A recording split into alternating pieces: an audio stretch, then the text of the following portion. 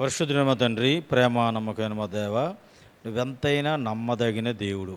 మేము అపనమ్మకస్తులు అయినప్పటికీ నీవు నమ్మదగిన దేవుడు అని మా జీవితాల్లో ప్రతి దినం నువ్వు రుజువు చేసుకుంటున్న విధానం, ప్రతి స్థలంలో నువ్వు రుజువు చేసుకుంటున్న విధానం బట్టి నీకు వందనాలు, స్తోత్రాలు.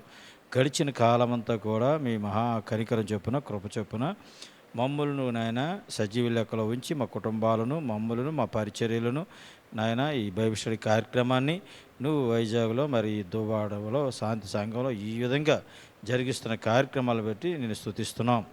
ఈరోజు ప్రభువా మరి ఏప్రిల్ ఆఖరు మరి 2025 సంవత్సరం మరి ఏప్రిల్ నెల మరి ఆఖరు రోజు 30వ తారీఖున ఈ రకంగా మేము ఈ బైబిల్ స్టడీలో కలుసుకోవడానికి నీవు ఇచ్చిన గొప్ప సమయాన్ని బట్టి, మాకు ఇచ్చిన అవకాశాన్ని బట్టి నేను స్తుతిస్తున్నాం తండ్రి. నీకు వందనాలు, స్తోత్రాలు. రేపటి దినం నుంచి మరి మే నెల స్టార్ట్ అవుతుంది. మరి మే నెలలో కూడా మాకు సహాయం చేయండి, దయ చూపించండి. ఇంతవరకు మరి ఆదిమానం నేటిమానం వరకు బైబిల్ వర్ష క్రమంలో ప్రభు అనేక విషయాలు మేము చర్చించడానికి ధ్యాన సహాయం చేశారు. ఈరోజు మరి సంఘ ప్రారంభ యుగంలో మరి రెండో భాగాన్ని ఈరోజు మేము ధ్యానం చేస్తుండగా, అపోస్తుల కార్యాలు ధ్యానం చేస్తుండగా మీ ఆత్మతో మాకు సహాయం చేయండి. దాని ప్రకారంగా మా జీవితాలు కట్టుకోవడానికి, మా కుటుంబాలు కట్టుకోవడానికి, మా పరిచర్యలు కట్టుకోవడానికి, నీ రాజ్యాప్తి కొరకు నాయనా మేము పౌరులుగా ఉండడానికి, పాలెభాగస్తులు ఉండడానికి సహాయం చేయండి, దయ చూపించండి. చంటి బిడ్డల మొదలుకొని వృద్ధుల వరకు సంఘంలో స్త్రీలని, పురుషులందరినీ మీరు ఆశీర్వదించండి. ముఖ్యంగా మీ సేవకుని రావు గారిని, కుటుంబాన్ని, సంఘాన్ని ఆశీర్వదించండి. ఈ స్థలాన్ని ఆశీర్వదించండి, దీవించండి. ఈ పరిచయాన్ని ఆశీర్వదించండి, దీవించండి. చక్కని వాతావరణం ఇచ్చారు, మీకు వందనాలు. చక్కని సమయం ఇచ్చినందుకు నేను స్తుతిస్తూ నీకు మహిమ చెల్లించుకుంటూ మమ్మల్ని నీకు అప్పగించుకుంటూ మా ప్రభును రక్షకుడిని యేసుక్రీస్తు వారి పరిశుద్ధ నామాన్ని బట్టి స్తుతించి ప్రార్థించి బతిమలాడి వినయపూర్వకం కొడుచున్నాం తండ్రి, ఆమెన్. హల్లెలూయా. దేవుని నామ స్తోత్రం కలుగును గాక. మనం అపోస్తల కార్యాలు 4 అధ్యాయాలు చూసామండి గత వారం. ఈరోజు 5వ అధ్యాయం నుంచి మనం చూద్దాం. మరి సంఘ ప్రారంభ కాలంలో రెండో భాగం ఇది. మరి సంఘ ప్రారంభం అనగానే మనకు డేట్ గుర్తు రావాలి. సువార్త ప్రారంభం అనగానే క్రీస్తు పూర్వం 4 నుంచి ఇంచుమించు 33 మధ్య. అలాగే సంఘ ప్రారంభ యుగం అనగానే 33 నుంచి 100 క్రీస్తు. ఈ విధంగా ఆ 100 సంవత్సరాలు 2 భాగాలు చేసి మనం స్టడీ చేస్తున్నాం. ఆ మొదటి సువార్త ప్రారంభ యుగానికి ఏమో సువార్తలు మత్తయి, మార్కు, లూకా, యోహాను సువార్తలు మనకు రిఫరెన్స్లు. సంఘ ప్రారంభ యుగానికి ఏమో అపోస్తల కార్యాలు మొదలుకొని ప్రకటన గ్రంథం వరకు దీని గురించి మనం ధ్యానం చేస్తున్నాం.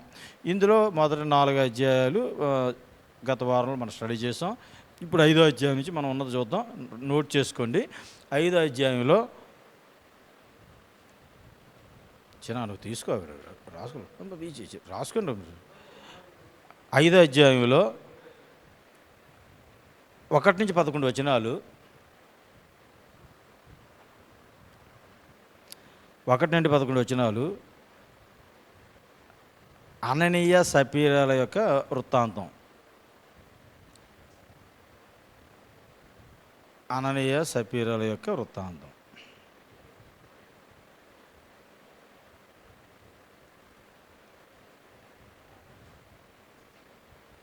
పన్నెండు నుంచి 16 అపోస్తుల యొక్క అద్భుతములు.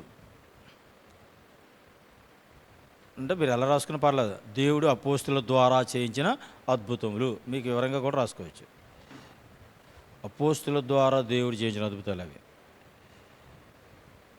17 నుంచి 32, 5వ అధ్యాయం 17 నుంచి 32. ప్రభు దూత చేసిన కార్యం, ప్రభు దూత చేసిన గొప్ప కార్యం.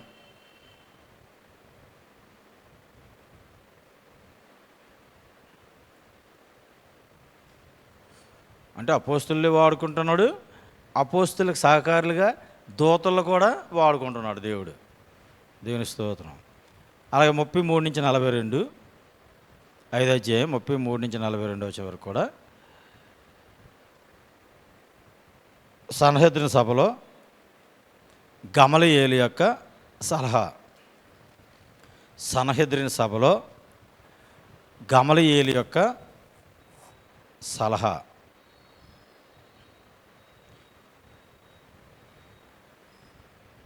ఓకే. ఇప్పుడు దీన్ని వివరిస్తాను. ఒకసారి మీరు అలా జాగ్రత్తగా వినండి. మీరు రాసుకున్న రిఫరెన్స్‌లో బైబిల్ చూసుకోవచ్చు. 5వ అధ్యాయం 1-11 వచనాలు ఉన్నటువంటి స్టోరీ మనకు తెలిసిందే. ఎప్పుడైతే 4 అధ్యాయాల ముందు చూసాం కదా! అందరూ అపోస్తలుల పాదాల వద్ద పెట్టేస్తున్నారు ఆస్తులన్నీ తీసుకొచ్చి. కుప్రాలో ఉన్నటువంటి ఈ బర్నబా కూడా ఆస్తిని అమ్మేసి తీసుకొచ్చి అపోస్తలుల పాదాల వద్ద పెట్టేశాడని గత 4 అధ్యాయంలో మనం చూసాం.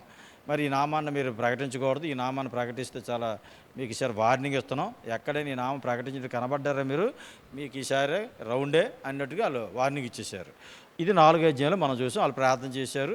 ఆ ప్రార్థన కూడా దేవుడు అంగీకరించి వాళ్ళకి ధైర్యాన్ని ఇచ్చాడని మనం చూసాం. ఇప్పుడు 5వ అధ్యాయంలో మొదటి భాగంలో 1-11 వచనాల్లో ఈ అందరూ ఇచ్చేస్తున్నారు కదా, ఈ భార్యాభర్తలు ఇద్దరు కూడా ఒక నిర్ణయానికి వచ్చారు.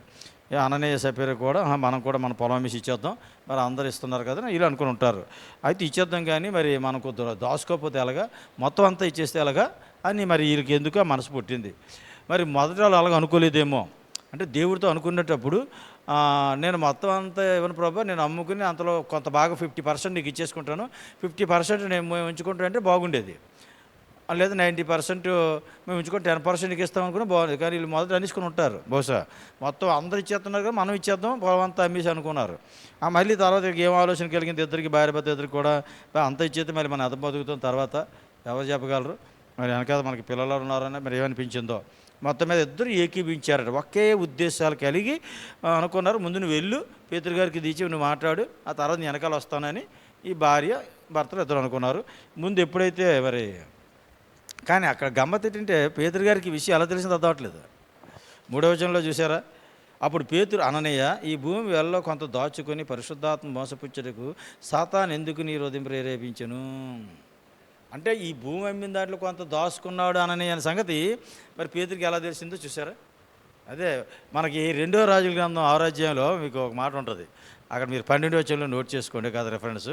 2వ రాజులు 6:12లో సిరియా రాజు తన అంతఃపురంలో ఇశ్రాయేల్ రాజుని ఎలా ముట్టడించాలి మనం అని ప్లాన్ చేసుకుంటాడు. ఎక్కడ అంతఃపురంలో ప్లాన్ చేసుకుంటాడు సిరియా రాజు. ప్లాన్ చేసుకుంటే ఈ విషయాలు ఎలీషా ప్రవక్త తెలిసిపోతాయి. ఎలీషా ప్రవక్త ఇశ్రాయేల్ రాజు చెప్తాడు, అయ్యా సిరియా రాజులు నీ మీదకి వస్తున్నారు, అక్కడి నుంచి నువ్వు ప్లేస్ మార్చానంట. ఏంటి మనం అప్పుడు రాజుకు అనుమానం అవుతుంది సిరియా రాజుకి, మనం ఎప్పుడు ప్లాన్ చేసుకుని మన ప్లాన్స్ అన్నీ ఎలా తెలిసిపోతున్నాయి ఆ ఎవరు ఇశ్రాయేల్ రాజుకి అంటే ఈయన రాజుకు అనుమానం అవుతుంది, మనలో ఎవడో ఉన్నాడు అక్కడ ఆ ఇశ్రాయేల్ రాజు పక్షాన ఉన్నవాడు, ఇక్కడి నుంచి ఇన్ఫర్మేషన్ వెళ్ళిపోతుంది, లేకపోతే ఎలా తప్పించుకుంటుండ రాజు అని ఈయన అంటాడు. అప్పుడు అక్కడ అంటాడు, అయ్యా మీరు కోపడినట్టు మాట మా మీద అనుమానం పడకండి, మీరు ఒక ఆయన ఉన్నాడు ఆ రాజు ఇశ్రాయేల్లో ప్రవక్త ఉన్నాడు ఎలీషా, మన అంతఃపురంలో మీరు ఏమనుకుంటున్నారో ఆయన గ్రహించేస్తాడు, ఆయన అలాంటి గొప్ప ప్రవక్త అయినా ఆయనకు అర్థమైపోతుంది, ఆయనే వాళ్ళ రాజుకి ఇన్ఫర్మేషన్ ఇచ్చేస్తున్నాడు, ఆ రాజు తప్పించుకుంటున్నాడు. అయ్యి బాబు ఏంటంటే బాబు ఈ విషయం నాకు అర్థంగా మతిపోతుంది. అక్కడే మనం సేమ్ ఇక్కడ పేతురు కూడా అంతే, వాళ్ళ ఇంటి దగ్గర ఎంత కమ్మారు ఎంత దాచుకున్నారో అననే సపేరా, మళ్ళీ ఎంత ఇచ్చారో ఈయనకెలా తెలుసు అంటే పరిశుద్ధాత్మ దేవుడు అలాగా బయలుపరిస్తే మనకు అర్థమైంది. ఓకే, ఒక్కసారి మనకు అనుమానం వచ్చేది ఎవరో చెప్పుంటారు, చెప్పకపోతే ఆయనకి ఎలా తెలుస్తుంది, ఇది ఎవరో చెప్పుంటారు అనుకుంటాం మనం, కానీ దేవుడు చెప్పేస్తుంటాడు. ఓకే అండి, ఇంచుమించు భార్యాభర్తలు చనిపోయి ఇది స్టోరీ రాసుకున్నారు కదా. అపోస్తల కార్యాలు 5వ అధ్యాయం 1-11 వచనాలు అననీయ సపీరల యొక్క వృత్తాంతం అది. ఇప్పుడు 2వ భాగంలోకి వెళ్తున్నాం. 5వ అధ్యాయం 12-16 వచనం అపోస్తల ద్వారా అద్భుతాలు. ఎలాంటి అద్భుతాలు చేస్తున్నాడో చూశారు ఇక్కడ. మీకు అన్నీ కాకుండా చూడండి 14వ వచనం నుంచి ప్రజలు వారిని ఘనపరచుచుండిరి, పురుషులు స్త్రీలు అనేకులు మరీ ఎక్కువగా విశ్వాసులై ప్రభుపక్షంలో చేర్చబడిరి. మరి వీధుల్లోనికి తెచ్చి వారిలో ఎవరి మీదైనను అతని నీడైనను పడవలని మంచముల మీదను పరుపుల మీదను వారిని ఉంచిరి. దేవుని స్తోత్రం. అపోస్తులు వీధిలో వెళ్ళిపోతుంటే అతను నీడ పడినే చాలు. అంటే పేదరికి ఇప్పుడు ఎంత డిమాండ్ పెరిగిపోయిందో చూడండి. ఒకప్పుడు పేదరు అంటే ఎలా ఉండేది, కామెడీగా ఉండేది. కానీ ఇప్పుడు ఏమైంది, వీధిలో వెళ్తుంటే పేతురు వస్తుండగా వీధిలోని జనులు రోగులను వీధుల్లోనికి తెచ్చి వారిలో ఎవరి మీదైనా అతని నీడ. యేసుప్రభు వారు వస్త్రభుజంగం ముట్టుకుంటే స్వస్థత వస్తుందంటే మనం విన్నాం. పోనీ యేసుప్రభు వారు వస్తున్నారంటే వీధుల్లో మంచాలు పెట్టారు, ఆ నీడ పడిన ఆయన చాలరా బాబు అనుకునేవారు సువార్తల్లో. కానీ పేతురు నీడ పడితే స్వస్థత వస్తుంది అన్నట్టు ఆశ కలిగింది వీళ్ళకి. అలాగే వచ్చిందంట వాళ్ళకి. అంటే దేవుడు అంత ఇచ్చాడో చూడండి అపోస్తలులు. ఓకే, 16వ వచనం.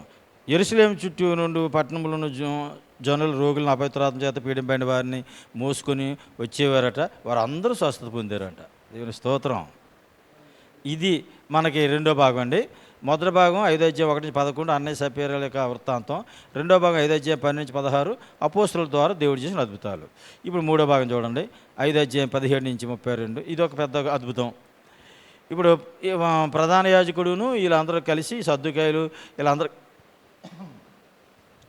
కలిసి ఏం చేశారంట? అపోస్తలుని 18వ వచనం చూడండి. అపోస్తలులను బలత్కారంగా పట్టుకొని పట్టణపు చెరసాలలో ఉంచిరి.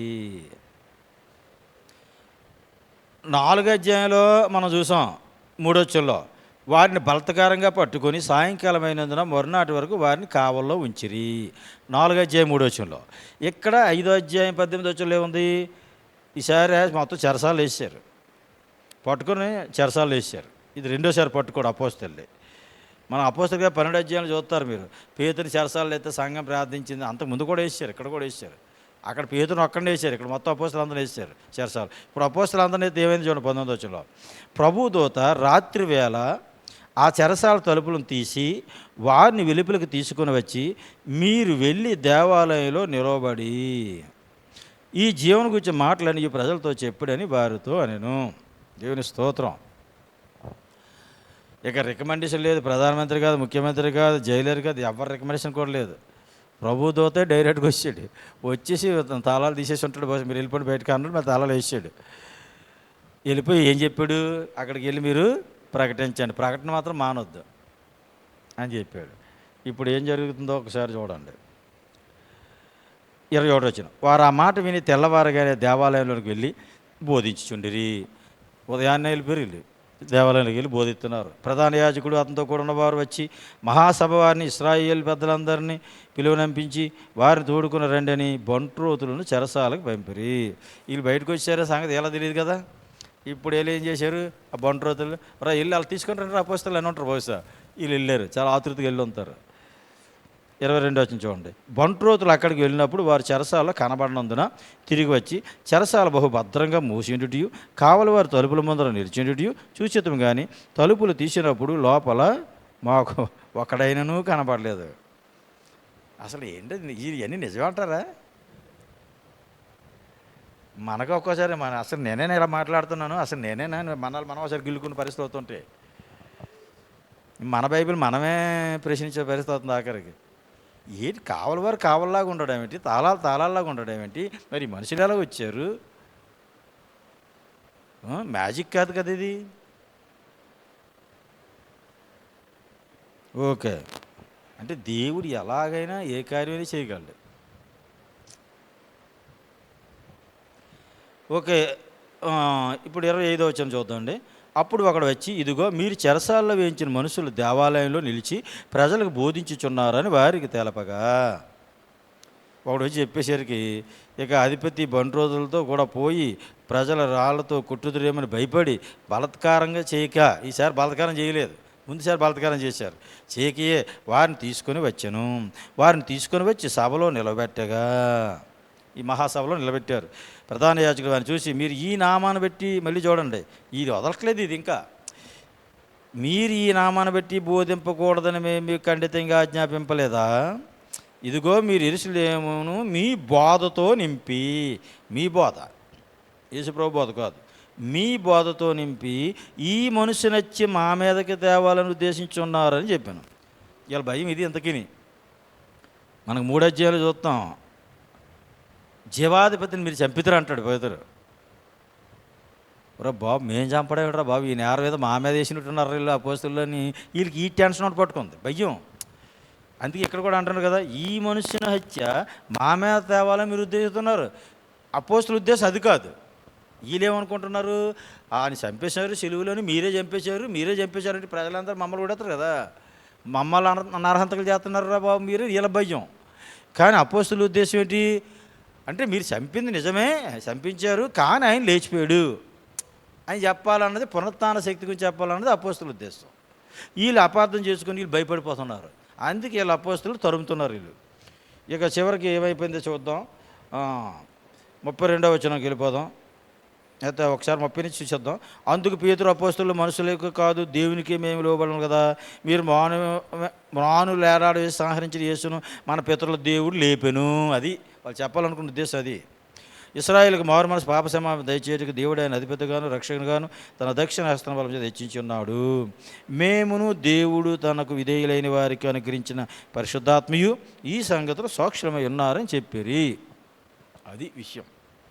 ఇదండి 32 వరకు దేవదూత చేసిన కార్యం, గొప్ప కార్యం. ఏం చేసిందంటే కాముగా విడిచిపెట్టేసింది వెళ్ళి. ఓకే, ఇప్పుడు ఏం జరుగుతుందో 33 నుంచి రాసుకున్నారు కదా. 33 నుంచి 42 గమలీయేలు యొక్క సలహా. సన్హెద్రిన సభలో గమలీయేలు యొక్క సలహా. ఈ ధర్మశాస్త్ర ఉపదేశకుడు ఈయన గమలీయేలు అంటే. 33వ వచనం చూడండి. ఈ మాట విని అత్యాగ్రహం తెచ్చుకుని వీరిని చంపను ఉద్దేశించగా సమస్త ప్రజల వల్ల ఘనత నొందిన వాడు ధర్మశాస్త్ర ఉపదేశకుడైన గమలీయేలు ఒక పరిచయుడు మహాసభలో లేచి ఈ మనుషులను కొంతసేపు వెలుపలుంచి నేను ఆజ్ఞాపించి వారితో ఇట్లనెను, అయ్యా మీరు చాలా తొందరపడుతున్నారు, ఒకసారి ఆగండి మీరు సభలో అందరూ కూడా, నేను ఒక సలహా చెప్తాను అని చెప్పాడు ఈయన. వీళ్ళ ముందు బయట పంపించండి అని అలా బయట పెట్టేసి సభలతో మాట్లాడుతున్నాడు గమలీయేలు. గమలీయేలు ఎవడంటే పరిచయుడు, చాలా మంచివాడు ఈయన, ధర్మశాస్త్ర ఉపదేశకుడు, పౌలు గురువుగారు ఈయన పాదాల వద్దే పెరిగానంటాడు పౌలు యెరూషలేములో. అయితే ఈయన ఏం చెప్పాడేంటి, ఇది అంతనే చదవను కానీ, ఆ మధ్య తోద అన్నవాడు ఒకడు వచ్చాడు కదా, 36వ వచనంలో ఉంది. తోద అన్నవాడు ఒకడు వచ్చాడు కదా, ఆడు 400 మందిని తీసుకొచ్చాడు. 400 మంది అంటే 400 మంది, 400 మనుషులు కలుసుకొని వచ్చాడు. వాడు నేను ఒక పెద్ద గొప్పని చెప్పుకున్నాడు. అప్పుడు ఆడు చివరికి ఏమైపోయాడు, ఆడు చంపబడ్డాడు, 400 మంది కూడా పోయారు. ఆ తర్వాత ఇంకోసారి చూసారా, యోధా అన్న కూడా వచ్చాడు. 37వ చెప్తున్నాడు. యోధా అన్నవాడు ఒకడు వచ్చాడు కదా, ఆడు కూడా తిరుగుబాటు చేశాడు కదా, అనేకులు ప్రేరేపించాడు కదా, అనేకులు లోబడ్డారు కదా. చివరికి వాళ్ళందరూ ఏమయ్యారు, వాళ్ళు చెదిరిపోయారు. మరి తోదా అన్నవాడు అలాగే అయిపోయాడు, యోధా అన్నవాడు అలాగే అయిపోయాడు. మరి వీళ్ళ గురించి ఎందుకు మీరు భయపడుతున్నారు? గమలీయేలు చూడండి ఎంత బాగా డీల్ చేశాడో. దానికి 38 ఇప్పుడు చదువుతాను చూడండి, 38 నుంచి. ఈ మనుషుల జోలికి పోక వారిని విడిచిపెట్టుడి. ఈ ఆలోచన ఈ కార్యమైన మనుషుల వల్ల కలిగినదైనా అది వ్యర్థమగును, దేవుని వల్ల కలిగినదైనా మీరు వారిని వ్యర్థపరచలేరు. మీరు ఒకవేళ దేవునితో పోరాడువారోదురు సుమి. హల్లెలూయా, ఎంత చక్కగా చెప్పాడు చూడండి. ఎంతమంది తోద అన్నవాడు వచ్చాడు, వాడితో వచ్చిన పోయారు, ఆడిపోయాడు. యోధా అన్నవాడు వచ్చాడు, వాడు బ్యాచ్ పోయింది, ఆడిపోయారు. ఒకవేళ వీళ్ళు అంతలు వీలుగాని వచ్చారా మన మీదకి, వీళ్ళు అలాగే పోతారు. వీళ్ళ గురించి మీరు ఎందుకన్నా కలవబడతారు? ఒకవేళ దేవుని మూలంగా కానీ వీళ్ళు వచ్చారా, మీకు శ్రమ, దీన్ని వ్యర్థపరచడం మీ వల్ల కాదు, కాబట్టి వాళ్ళ జోలికి మీరు పోకండి అని చెప్తే వీళ్ళకి మనసు ఊరుకోలేదండి. 40వ వచనం చూడండి ఏం చేశారో. వారు అతని మాటకి సమ్మతించి, అంటే సమ్మతించారంటే చంపడం మానేశారని అర్థం, కొట్టడం మానేలేదు. చూడండి, అపోస్తులను పిలిపించి కొట్టించి యేసునామం బట్టి బోధింపకూడదని ఆజ్ఞాపించి వారిని విడుదల చేసిరి. అంటే గమలీయేలు కానీ చెప్పకపోతే వీళ్ళు చంపించిపోతారు అన్నమాట. వీళ్ళు గమలీయేలు తప్పించాడు. ఆ నామం కొరకు చూడండి 41, 42 ఏం జరిగిందో. ఆ నామం కొరకు అవమానం పొందుటకు పాత్రులను ఎంచబడినందున వారు సంతోషించుచు మహాసభ ఎదురు నుండి వెళ్ళిపోయి ప్రతి దినము దేవాలయంలో ఇంటింటను మానక బోధించుచు యేసే క్రీస్తుని ప్రకటించుచుండిరి. హల్లెలూయా. వర్ణించడానికి మన నోరులు జరిపోయి, వివరించడానికి మనం ఎంత పాటల పైన వివరించలేము. పదే చదివి బాగా వంట పట్టించుకోవాలి 5 అధ్యాయాన్ని. ఏంటి భాగం చదువుతుంటే అద్భుతం. ఇంతగా వాళ్ళకి వార్నింగ్లు ఇచ్చినా, ఎంత కొట్టినా, ఎన్నిసార్లు జైలు పెట్టినా, ఎన్ని చేసినా వీళ్ళు మాత్రం సంతోషించారట. ఇంకాను సంతోషించుచు మహాసభకి వెళ్ళిపోయి ప్రతి దినము ఇంక వీళ్ళు అన్నకొలదీలు ఇంకెక్కువ చేస్తున్నారు. దేవాలయంలోను మందిరాన్ని విడిచిపెట్టట్లేదు, ఇంటి అంట గృహకోటాలు అన్నీ కూడా యేసే క్రీస్తు. అది అలా పట్టుదల. ఏ యేసునైతే మీరు తునీకరిస్తున్నారో ఆ యేసే మెస్సయ్య, ఆ యేసే క్రీస్తు, ఆ యేసే దేవుడు అని ప్రకటిస్తున్నారు. ఓకే, ఇదండి 5వ అధ్యాయం. 6వ అధ్యాయానికి వెళ్దామండి. 6వ అధ్యాయం 1 నుంచి 7 వచనాలు. పెద్దలను నియమించుట లేదా పరిచారకులు నియమించుట. అపోస్తులు సంఘంలో కొంతమంది పెద్దలను నియమించారు, వాళ్ళు పరిచారకులుగా. 6వ అధ్యాయం 1 నుంచి 7 వచనాలు. ఇక్కడ 2వ వచనం మనం చూసారా, అప్పుడు 12 అపోస్తులు తమ యొద్ద శిష్యుల సమూహాన్ని పిలిచి, అంటే 12 మంది అపోస్తులు ఉన్నారు ఇక్కడ. అంటే ఈ 6వ అధ్యాయం వరకు కూడా కనబడుతున్నారు 12 అపోస్తులు కూడా, కానీ అక్కడ ఎవరి పేర్లు ఉండవు. పేతురు యోహానులే కనబడతారు, మిగతా వాళ్ళంతా ఉన్నారు దీన్ని బట్టి చూస్తే ఇంకా చెదిరిపోలు తోమ ఇంకా రాలేదు మన దేశానికి. అయితే ఇక్కడ ఉన్నాడు ఇంకాను. ఎప్పుడు వస్తాడంటే 7 అధ్యాయాలు అయిపోయిన తర్వాత 8 అధ్యాయాల నుంచి వీళ్ళు భూదిగంతల వరకు చెదిరిపోతారు, అప్పుడు వస్తారు. అంటే ఇప్పుడు మీరు మ్యాప్లో చూస్తే, మీరు మ్యాప్లో చూస్తే ఇప్పుడు ఇంకెక్కడున్నారు? 7 అధ్యాయం వరకు ఇది సరిపోతుంది పర్లేదు. 7 అధ్యాయం వరకు ఎక్కడున్నారు మనకి? వీళ్ళు యెరూషలేములోనే ఉన్నారు. ఇప్పుడు 7 అధ్యాయం వరకు మీరు మ్యాప్ వైపు చూడండి, యెరూషలేము రాశాం కదా, ఇక్కడే ఉన్నారు వీళ్ళు. అపోస్తలుల గారు 1 నుంచి 7 అధ్యాయం వరకు కూడా యెరూషలేములోనే. సరిపోతుంది సార్, అంత ఉంది. కాబట్టి 8 అధ్యాయం నుంచి యెరూషలేము విడిచిపెడతారు వీళ్ళు. విడిచిపెట్టి అప్పుడు ఆ పక్కలంటే వెళ్తారు. అప్పుడు మీకు మ్యాప్ చూపిస్తాను. రాసుకోండి. 1 నుంచి 7 పెద్దలు నియమించుకున్నారు. అలాగే 8 నుంచి 15 వచనం. 8 నుంచి 15 వచనం.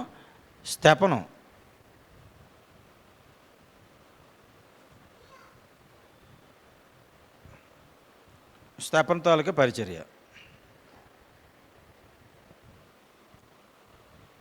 7వ వచనంలో చూసారా? 6 అధ్యాయం 7వ వచనంలో ఎంత ఇంపార్టెంట్ వచనం ఉంది అక్కడ. 6:7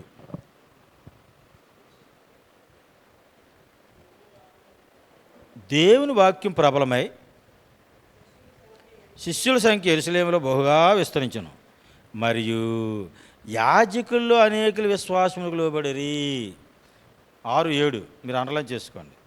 శిష్యుల సంఖ్య అలాగే, విశ్వాసాలు ఎలాగ విస్తరిస్తున్నారు, కానీ యాజకుల్లో కూడా అనేకులు ఇప్పుడు లోబడుతున్నారు విశ్వాసానికి. ఇంతవరకు లోబట్టలేదు వాళ్ళు, అపోస్తలు నమ్మట్లేదు వాళ్ళు, ఇప్పుడు వాళ్ళు కూడా నమ్ముతున్నారు. ఇప్పుడు 8వ వచనం నుంచి మీరు చూస్తే 15వ వచనం వరకు స్తెఫను పరిచర్య. అది స్తెఫను ఏ ప్రాంతాల్లో పరిచర్య చేశారో అక్కడ లిస్ట్ ఉంది. తిబెతి, కురేనియ సమాజంలో, అలెగ్జాంద్రియ సమాజంలో, కిలికియా నుండి, ఆసియా నుండి వచ్చిన వారందరితో కూడా స్తెఫను తర్కించేవాడంట. 10వ వచనంలో చెప్తున్నాడు, మాట్లాడుతుంది అతను రహపరిచిన జ్ఞానమును అతను ప్రేరేపించిన ఆత్మను వారు ఎదిరింపలేకపోయిరి. దీన్ని వారవలేక 11వ వచనం నుంచి వాళ్ళు ఏం చేశారో ఉంది. మోసే మీద, దేవుని మీద ఈయన వ్యతిరేకంగా మాట్లాడుతున్నాడు అని అబద్ధ సాక్ష్యాలు నిలిపి ఈయన పక్షాన మహాసభలో నిలబెట్టేశారు. ఇక 15వ వచనంలో ఏముంది? అతని వైపు తీరి చూడగా సభలో కూర్చున్న వాళ్ళందరూ కూడా అతని ముఖము దేవదూత ముఖం వలె వారికి కనబడెను. దేవుని నామమున స్తోత్రం కలుగును గాక. ఇది చాలా అద్భుతం. ఒకసారి మోసే కొండ నుంచి దిగి వస్తున్నప్పుడు ప్రజలందరికీ ఆయన ముఖం ఎలా కనబడ్డది? 40 దినాలు ఉపవాసం ఉండి కొండ దిగిపోతే ఎలా ఉంటాం మనం? ఉండండి బాబు, నీరసంగా ఉంది. ఏరా బాబు అలాగ ఉన్నావంటే 40 రోజుల నుంచి ఉపవాసం. 40 రోజుల నుంచి ఉపవాసం ఎవడరా ఉండమండి, మనిషి వాళ్ళకి అయిపోయి నువ్వు ఎవరు చెప్పారా? మీకు పాస్టర్ గారు బుద్ధి లేవచ్చారే, 40 రోజులు నిన్ను పస్తులుతారని.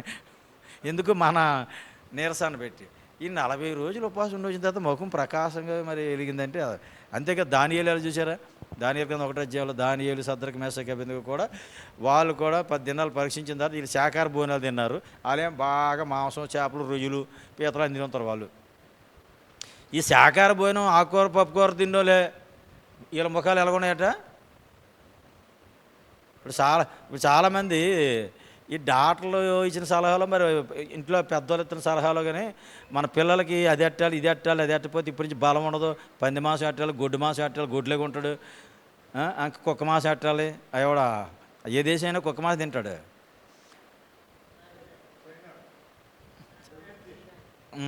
కుక్క మాంసాలు తింటారు. ఇప్పుడు ఈ డాక్టర్లోని పెద్దోళ్ళ సలహాలు, ఈ పూర్వ సలహాలు విని ఈ మొద్దోళ్ళు తయారు చేస్తున్నారు. మన దేశంలో బ్రాహ్మణ్స్ ఉంటారు, వాళ్ళని అసలు మాంసాలు తినరు. వాళ్ళ నాలుగు ఎంత స్పష్టంగా పలుకుతుంది. వాళ్ళకున్న జ్ఞానం, వాళ్ళకున్న ఆరోగ్యం మన మామూలు సూదులకు ఉండదు. కాబట్టి ఇక్కడ దానియేలు వాళ్ళు 10 రోజుల పరిస్థితి వాళ్ళ ముఖాలు ఎలా ఉన్నాయట? కాయగూరల భోజనం చేయని వాళ్ళ ముఖాలు మెరిసిపోతున్నాయి. మాంసాహారాలు తిన్నోళ్ళవి. కాబట్టి మనం ఎన్ని రోజులు తిన్నామా, ఎంత బలమైన తిన్నామా, ఈ బలం దేవుడికి పనికిరాదు. కానీ మనం చాలా జాగ్రత్త అర్థం చేసుకోవాలి. ఇక్కడ ఇతని ముఖం ఏమైపోతుంది? మెరిసిపోతుందంట. ఓకే, 7వ అధ్యాయానికి వెళ్దామండి. 7వ అధ్యాయం 1 నుంచి 7 వచనాలు. అంటే మొత్తం అంతా పేతురు, ఇదెవరు? స్తెఫను ప్రసంగం. ఒక్క మాటలో రాసుకోవాలంటే 7వ అధ్యాయంలో స్తెఫను యొక్క ప్రసంగం. చాలా పెద్ద ప్రసంగం చేశాడు ఈ అధ్యాయంలో. దాన్ని ఇంకా మీరు డివిజన్ చేసుకోవాలనుకుంటే 1 నుంచి 7 వచనాలు. విశ్వాసం ఉంచిన అబ్రాహాము. 1-7 వచనాలు 7 అధ్యాయంలో విశ్వాసం నుంచి అబ్రాహాం గురించి చెప్పాడు.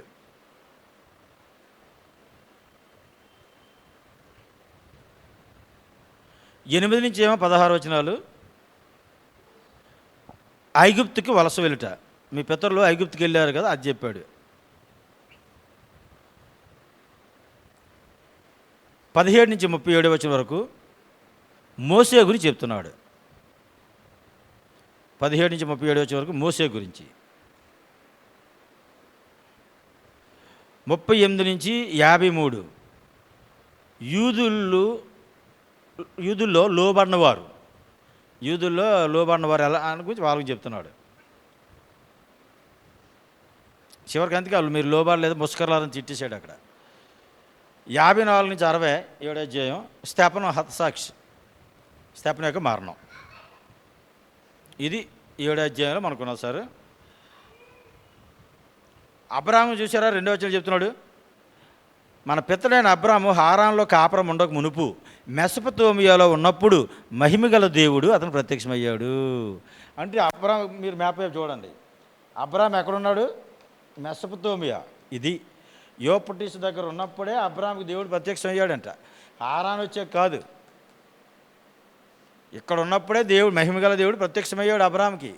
ఆ తర్వాత హారాన్ వచ్చాడు, హారాన్ నుంచి కనాన్ వచ్చాడు అబ్రాహాం అని చెప్తున్నాడు. 5వ వచనంలో కూడా ఏమంటారు, ఆయన ఇందులో ఎక్కడ కనాల్లో పాదం పట్టినంత భూమైను స్వాస్థ్యము అని లేదు ఆయనకి. ఒక పాదం పెట్టినంత భూమి కూడా లేదు కనాన్ దేశంలో అబ్రాహాంకి. సంతానుషులో వాగ్దానం చేసేసాడు, ఒక్క కుమారుడు కూడా లేడు ఆయనకి. అంటే అంత గొప్ప దేవుడు చెప్తున్నాడు. ఇక ఆ తర్వాత మీరు చదవండి, ఇది నేను పెద్ద వివరించక్కర్లేదు, ప్రసంగం ఇది అయిపోయిన చదివి చెప్తున్నాడు. ఏదైనా మోసే గురించి రాశాడు మంచి కిందలో బాగా. మీకు 20వ వచనం చూస్తే, ఆ కాలమందు మోసే పుట్టును, అతడు దివ్య సుందరుడై తన తండ్రి అంటే 3 నెలలు పెంచబడిను. తరువాత అతడు బయట పారవేయబడినప్పుడు, బయట పారేశారట మోసేని. ఫరో కుమార్తె అతను తీసుకొని తన కుమారునిగా పెంచుకొనెను. మోసే ఐగుప్తుల సకల విద్యలను అభ్యసించి మాటల యందు కార్యములందు ప్రవీణుడై ఉండెను. అతనికి 40 ఏండ్లు ఉండి వచ్చినప్పుడు ఇశ్రాయేలు అయిన తన సోదరు చూడాలని వెళ్ళాడంట. ఇలా మొత్తం మోసే 105 సంవత్సరాల తలక విషయాన్ని ఇందులోనే చెప్తాడు. ఇదంతా మీరు చదవండి. ఓకే, ఇందులో మనం చెప్పడానికి ఏమీ లేదు, మీకు అంతా తెలిసిపోద్ది చదువుతుంటే. నేనే అందులో పెద్ద ఇంక వివరించను. అయితే ఆయన మొత్తం మీద ఏంటంటే, ఈ ప్రసంగం చేసిన తర్వాత ఆయన ముస్కర్లారని కోపంతో తిట్టాడని వీళ్ళు కోపడిపోయి ఇంకా చంపేయడానికి వీళ్ళు నిర్ణయానికి వచ్చారు. అయితే ఇప్పుడు 54 నుంచి చదువుదామండి. 54 నుంచి. వారి మాటలు విని కోపంతో మండిపడి అతన్ని చూచి పండ్లు కొరికిరి. అయితే అతడు పరిశుద్ధాత్మతో నిండుకున్నవాడై ఆకాశం వైపు తేరు చూసి దేవుని మహిమను యేసు దేవుని కుడిపార్శ్వమున నిలిచుండుట చూచి, ఆకాశం తెరువుబడి మనుష్య కుమారుడు దేవుని కుడిపార్శ్వమున నిలిచుండుట చూచుచున్నాను అని చెప్పాను. అప్పుడు వారు పెద్ద కేకలు వేసి చెవులు మూసుకొని ఏకంగా అతని మీద పడేరి. పట్టణ వెలుపలికి అతన్ని వెళ్ళగొట్టి రాళ్ళు రుబ్బి చంపిరి. సాక్షులు సౌలు ఎదుట, సౌలు అని ఒక యవ్వన పాదాల యొద్ద తమ వస్త్రాలు పెట్టారు. ఈయన అపోస్తల పౌలే. అపోస్తల పౌలు ఇక్కడ పరిచయం అవుతుండే మొట్టమొదటి ఇదే వచనం. పౌలు ప్రభుని గురించి మరపెడుచు, యేసు ప్రభువా నా ఆత్మ చేర్చుకోనమని స్తెఫను పలుకుచుండగా వారు అతను రాళ్లతో కొట్టిరి. అతడు మోకాళ్ళలోని ప్రభువా వారి మీద ఈ పాపం మోపకమని గొప్ప శబ్దంతో పలికను. ఈ మాట పలికి నిద్రించను. సౌలు అతని సావునికి సమ్మతించను. ఇది 7వ అధ్యాయం అండి. స్తెఫను యొక్క పరిచర్య, స్తెఫను యొక్క హతసాక్షి. ఓకే, 8వ అధ్యాయానికి వెళ్దామండి. 8వ అధ్యాయానికి వచ్చేసరికి 1-4 వచనాలు. 8వ అధ్యాయంలో సంఘాన్ని ఈ సౌలు హింసించుట. 7 అధ్యాయాలు అయిపోయాగానే ఒక మాట మీకు గుర్తు రావాలి. 7 అధ్యాయాలు అయిపోయాగానే యెరూషలేములో పరిచర్య ఇంతవరకు అయ్యిందని అర్థం. 7 అధ్యాయాల వరకు. ఇప్పుడు 8వ అధ్యాయం నుంచి సమరయకి వెళ్తుంది పరిచర్య, చుట్టుపక్కల వెళ్తుంది. ఇప్పుడు యోదయ సమరయ ప్రాంతాలకి విస్తరిస్తుంది. 1:8 ఉంది కదా, అపోస్తల కార్యాలు 1:8 నెరవేర్పే 8వ అధ్యాయం 1వ వచనం. ఆ కాలం ముందు యెరూషలేములో సంఘంలో గొప్ప హింస కలిగినందున, చూడండి, యెరూషలేములో సంఘానికి గొప్ప హింస కలిగినందున అపోస్తులు తప్ప అందరూ యోదయ సమరయ దేశం నుండి చెదరిపోయిరి. ఆదికాండ 11 అధ్యాయంలో బాబేలు గోపురం దగ్గర చెదరగొట్టినట్టుగా ఇప్పుడు సంఘాన్ని దేవుడే చెదరగొట్టాడు. ఇక్కడ సంఘం అందరూ ఏం చేస్తున్నారు? ఇప్పుడు యెరూషలేం కూర్చొని రోజుకి ఒకళ్ళ ఇంటి దగ్గర బిర్యానీలు, ఫిష్ ఫ్రైలు ఇవి ఉంటాయి కదా, చికెన్ 65లు రకరకాల. ఆ రోజుల్లో మరి ఏమున్నాయో అవన్నీ వండుకొని తింటున్నారు. ఒక్కొక్కరి ఇంటి దగ్గర ఒక్కొక్క రోజు భోజనం. మరి ఎలాగుంటుంది? యెరూషలేం వెళ్ళాలి దాటాలి అనిపిస్తుందా? మరి 3 పూటలు భోజనం పెట్టి ఇక్కడ పెట్టారనుకోండి, శుభ్రమైన భోజనం, రోజు వాకింగ్ చెప్పడం, మంచి కానుకలు, మంచి భోజనాలు, ఏది వెళ్ళినప్పుడు వచ్చినప్పుడు కారు ఎవరైనా సౌకర్యం చేశారనుకోండి ఒక సేవకుడికి, అసలు ఇక్కడి నుంచి వెళ్ళబుద్ధి అవుతుంది ఎవరికైనా? ఎంత మర్యాద, ఎంత కానుకలు, ఎంత రెస్పెక్ట్, ఎంత గౌరవం ఇంకెక్కడ దొరికి ఈ తప్ప ఇంకెవరు వెళ్ళకూడదు. ఒకళ్ళు దేవుడు పిలిచినా ప్రభా నాకు అవదు, ఎవరైనా చూసుకో, అక్కడ నాకు ఇక్కడ బాగుంది అని చెప్పేస్తాము. కాబట్టి అప్పుడు ఏం చేస్తాడు దేవుడు? ఇక్కడ ఎలాగ హింస కలుగు చేయాలో అక్కడ హింస కలుగు చేస్తాడు, కలుగు చేసి వెళ్ళిపోయినట్టు చేస్తాడు. మనం అనుకుంటాం ఏంట్రా బాబు అలా చేశాడు, అది ఆ అమ్మాయి అలా చేసింది, ఆ అమ్మాయి అలా చేయకపోతే బాగుండేది అనుకుంటాం మనం. ఆయన అలా చేయకపోతే ఆ అమ్మాయిని రేపింది, ఆయన రేపింది దేవుడే. అది మనం అర్థం చేసుకోవాలి. బాబేలు గోపురం దగ్గర భాషలు తారుమారు చేసింది దేవుడే. సంఘానికి హింస కలుగు చేసి యెరూషలేము నుండి ఉండిపోయి చాలా చక్కగా సౌఖ్యంగా ఉందని ఉండిపోతున్నారు అందరూ. ఇక్కడ ఇదే మొత్తం సంఘం అంతా విస్తరించాలి, భూదిగంతల వరకు సర్వసృష్టికి సువార్త వెళ్ళాలని నేను చెప్తే వీళ్ళేమో దుబాటు వదలకుండా అందరూ దుబాటులోనే కూర్చున్నారు. వీళ్ళు ఎలా చెదరగొట్టాలని చెదరగొడతాడు. అది ఇప్పుడు ఏమైంది? 8వ ఇప్పుడు రాసుకోండి. 8:1-4 సౌలు సంఘాన్ని హింసించుట. 5-25 అమ్మా. ఫిలిప్పు అంటే సువార్తికుడైన ఫిలిప్పు సమరయలో సువార్త ప్రకటించుట. సువార్తికుడైన ఫిలిప్పు సమరయలో సువార్త ప్రకటించుట. 8:26-40 నపుంసకుడు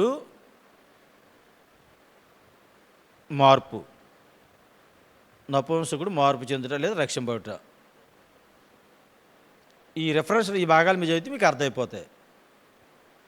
ఇప్పుడు ఇందాక మనం 6వ అధ్యాయంలో 7 సంఘ పెద్దలు అనుకున్నాం. ఆ 7 ఎవరో మీకు తెలుసు కదా, అందుకని నేను అక్కడ టచ్ చేయలేదు. స్తెఫను, ఫిలిప్పు, ఒక ఆయన ఉన్నాడా, ఆ ఫిలిప్పే ఈయన. అంతేగాని యేసుప్రభు శిష్యుల్లో ఫిలిప్ కాదు ఈయన. సువార్తికుడైన ఫిలిప్, అపోస్తుడైన ఫిలిప్ ఆయన. యేసుప్రభు శిష్యులో ఉన్న ఫిలిప్పు, అపోస్తుడైన ఫిలిప్పు. ఈ 7 ఉన్న ఫిలిప్పు సువార్తికుడైన ఫిలిప్. ఇప్పుడు సువార్తికుడైన ఫిలిప్పే అపోస్తుల 8వ అధ్యాయంలో ఇప్పుడు ఇక్కడ సువార్త ప్రకటిస్తున్నాడు. మీకు మ్యాప్లో తర్వాత చూపిస్తాను ఇప్పుడు. ఓకే, ఇప్పుడు 3వ వచనం చూడండి.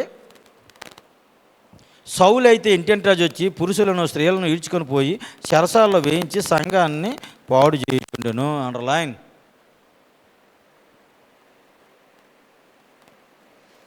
ఎలా చెప్తుంటే బోల్డ్ ప్రసంగాలు గుర్తులోకి వచ్చేస్తానండి బాబు. ఇప్పుడు ప్రసంగం చేయకుండా ఆపుకోవాల్సి వస్తుంది. నేను ఇక్కడ నన్ను నేను అనుకోవాల్సి వస్తుంది. రాదు టైం సాలదు.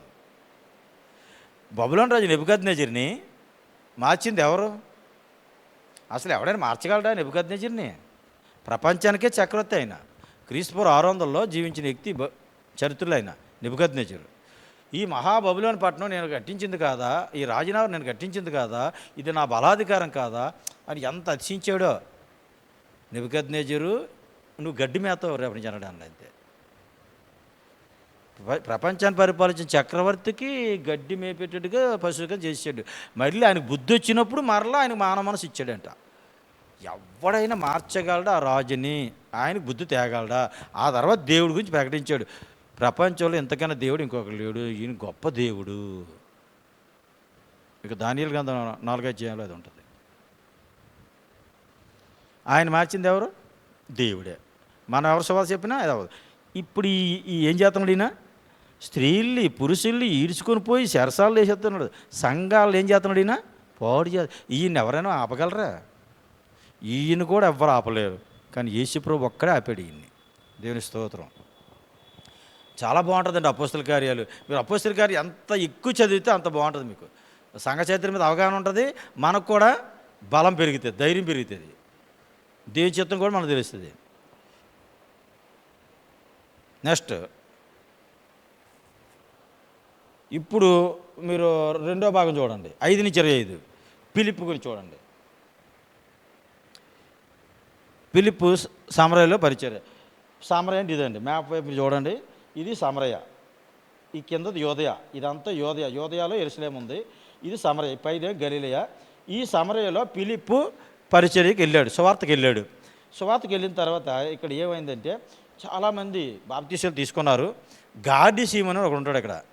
వీడు ఏం చేశాడు, చాలా మహా గార్డీలు చేస్తున్నాడు. ఆ సమరయులు అందరూ ఏమనుకుంటారంటే నిజంగా దైవశక్తి ఇంటి ఈడే అని. 10వ వచనం చూడండి, దేవుని మహాశక్తి అనబడిన వాడు ఇతడే. ఎవడు? గార్డీ సీమోను.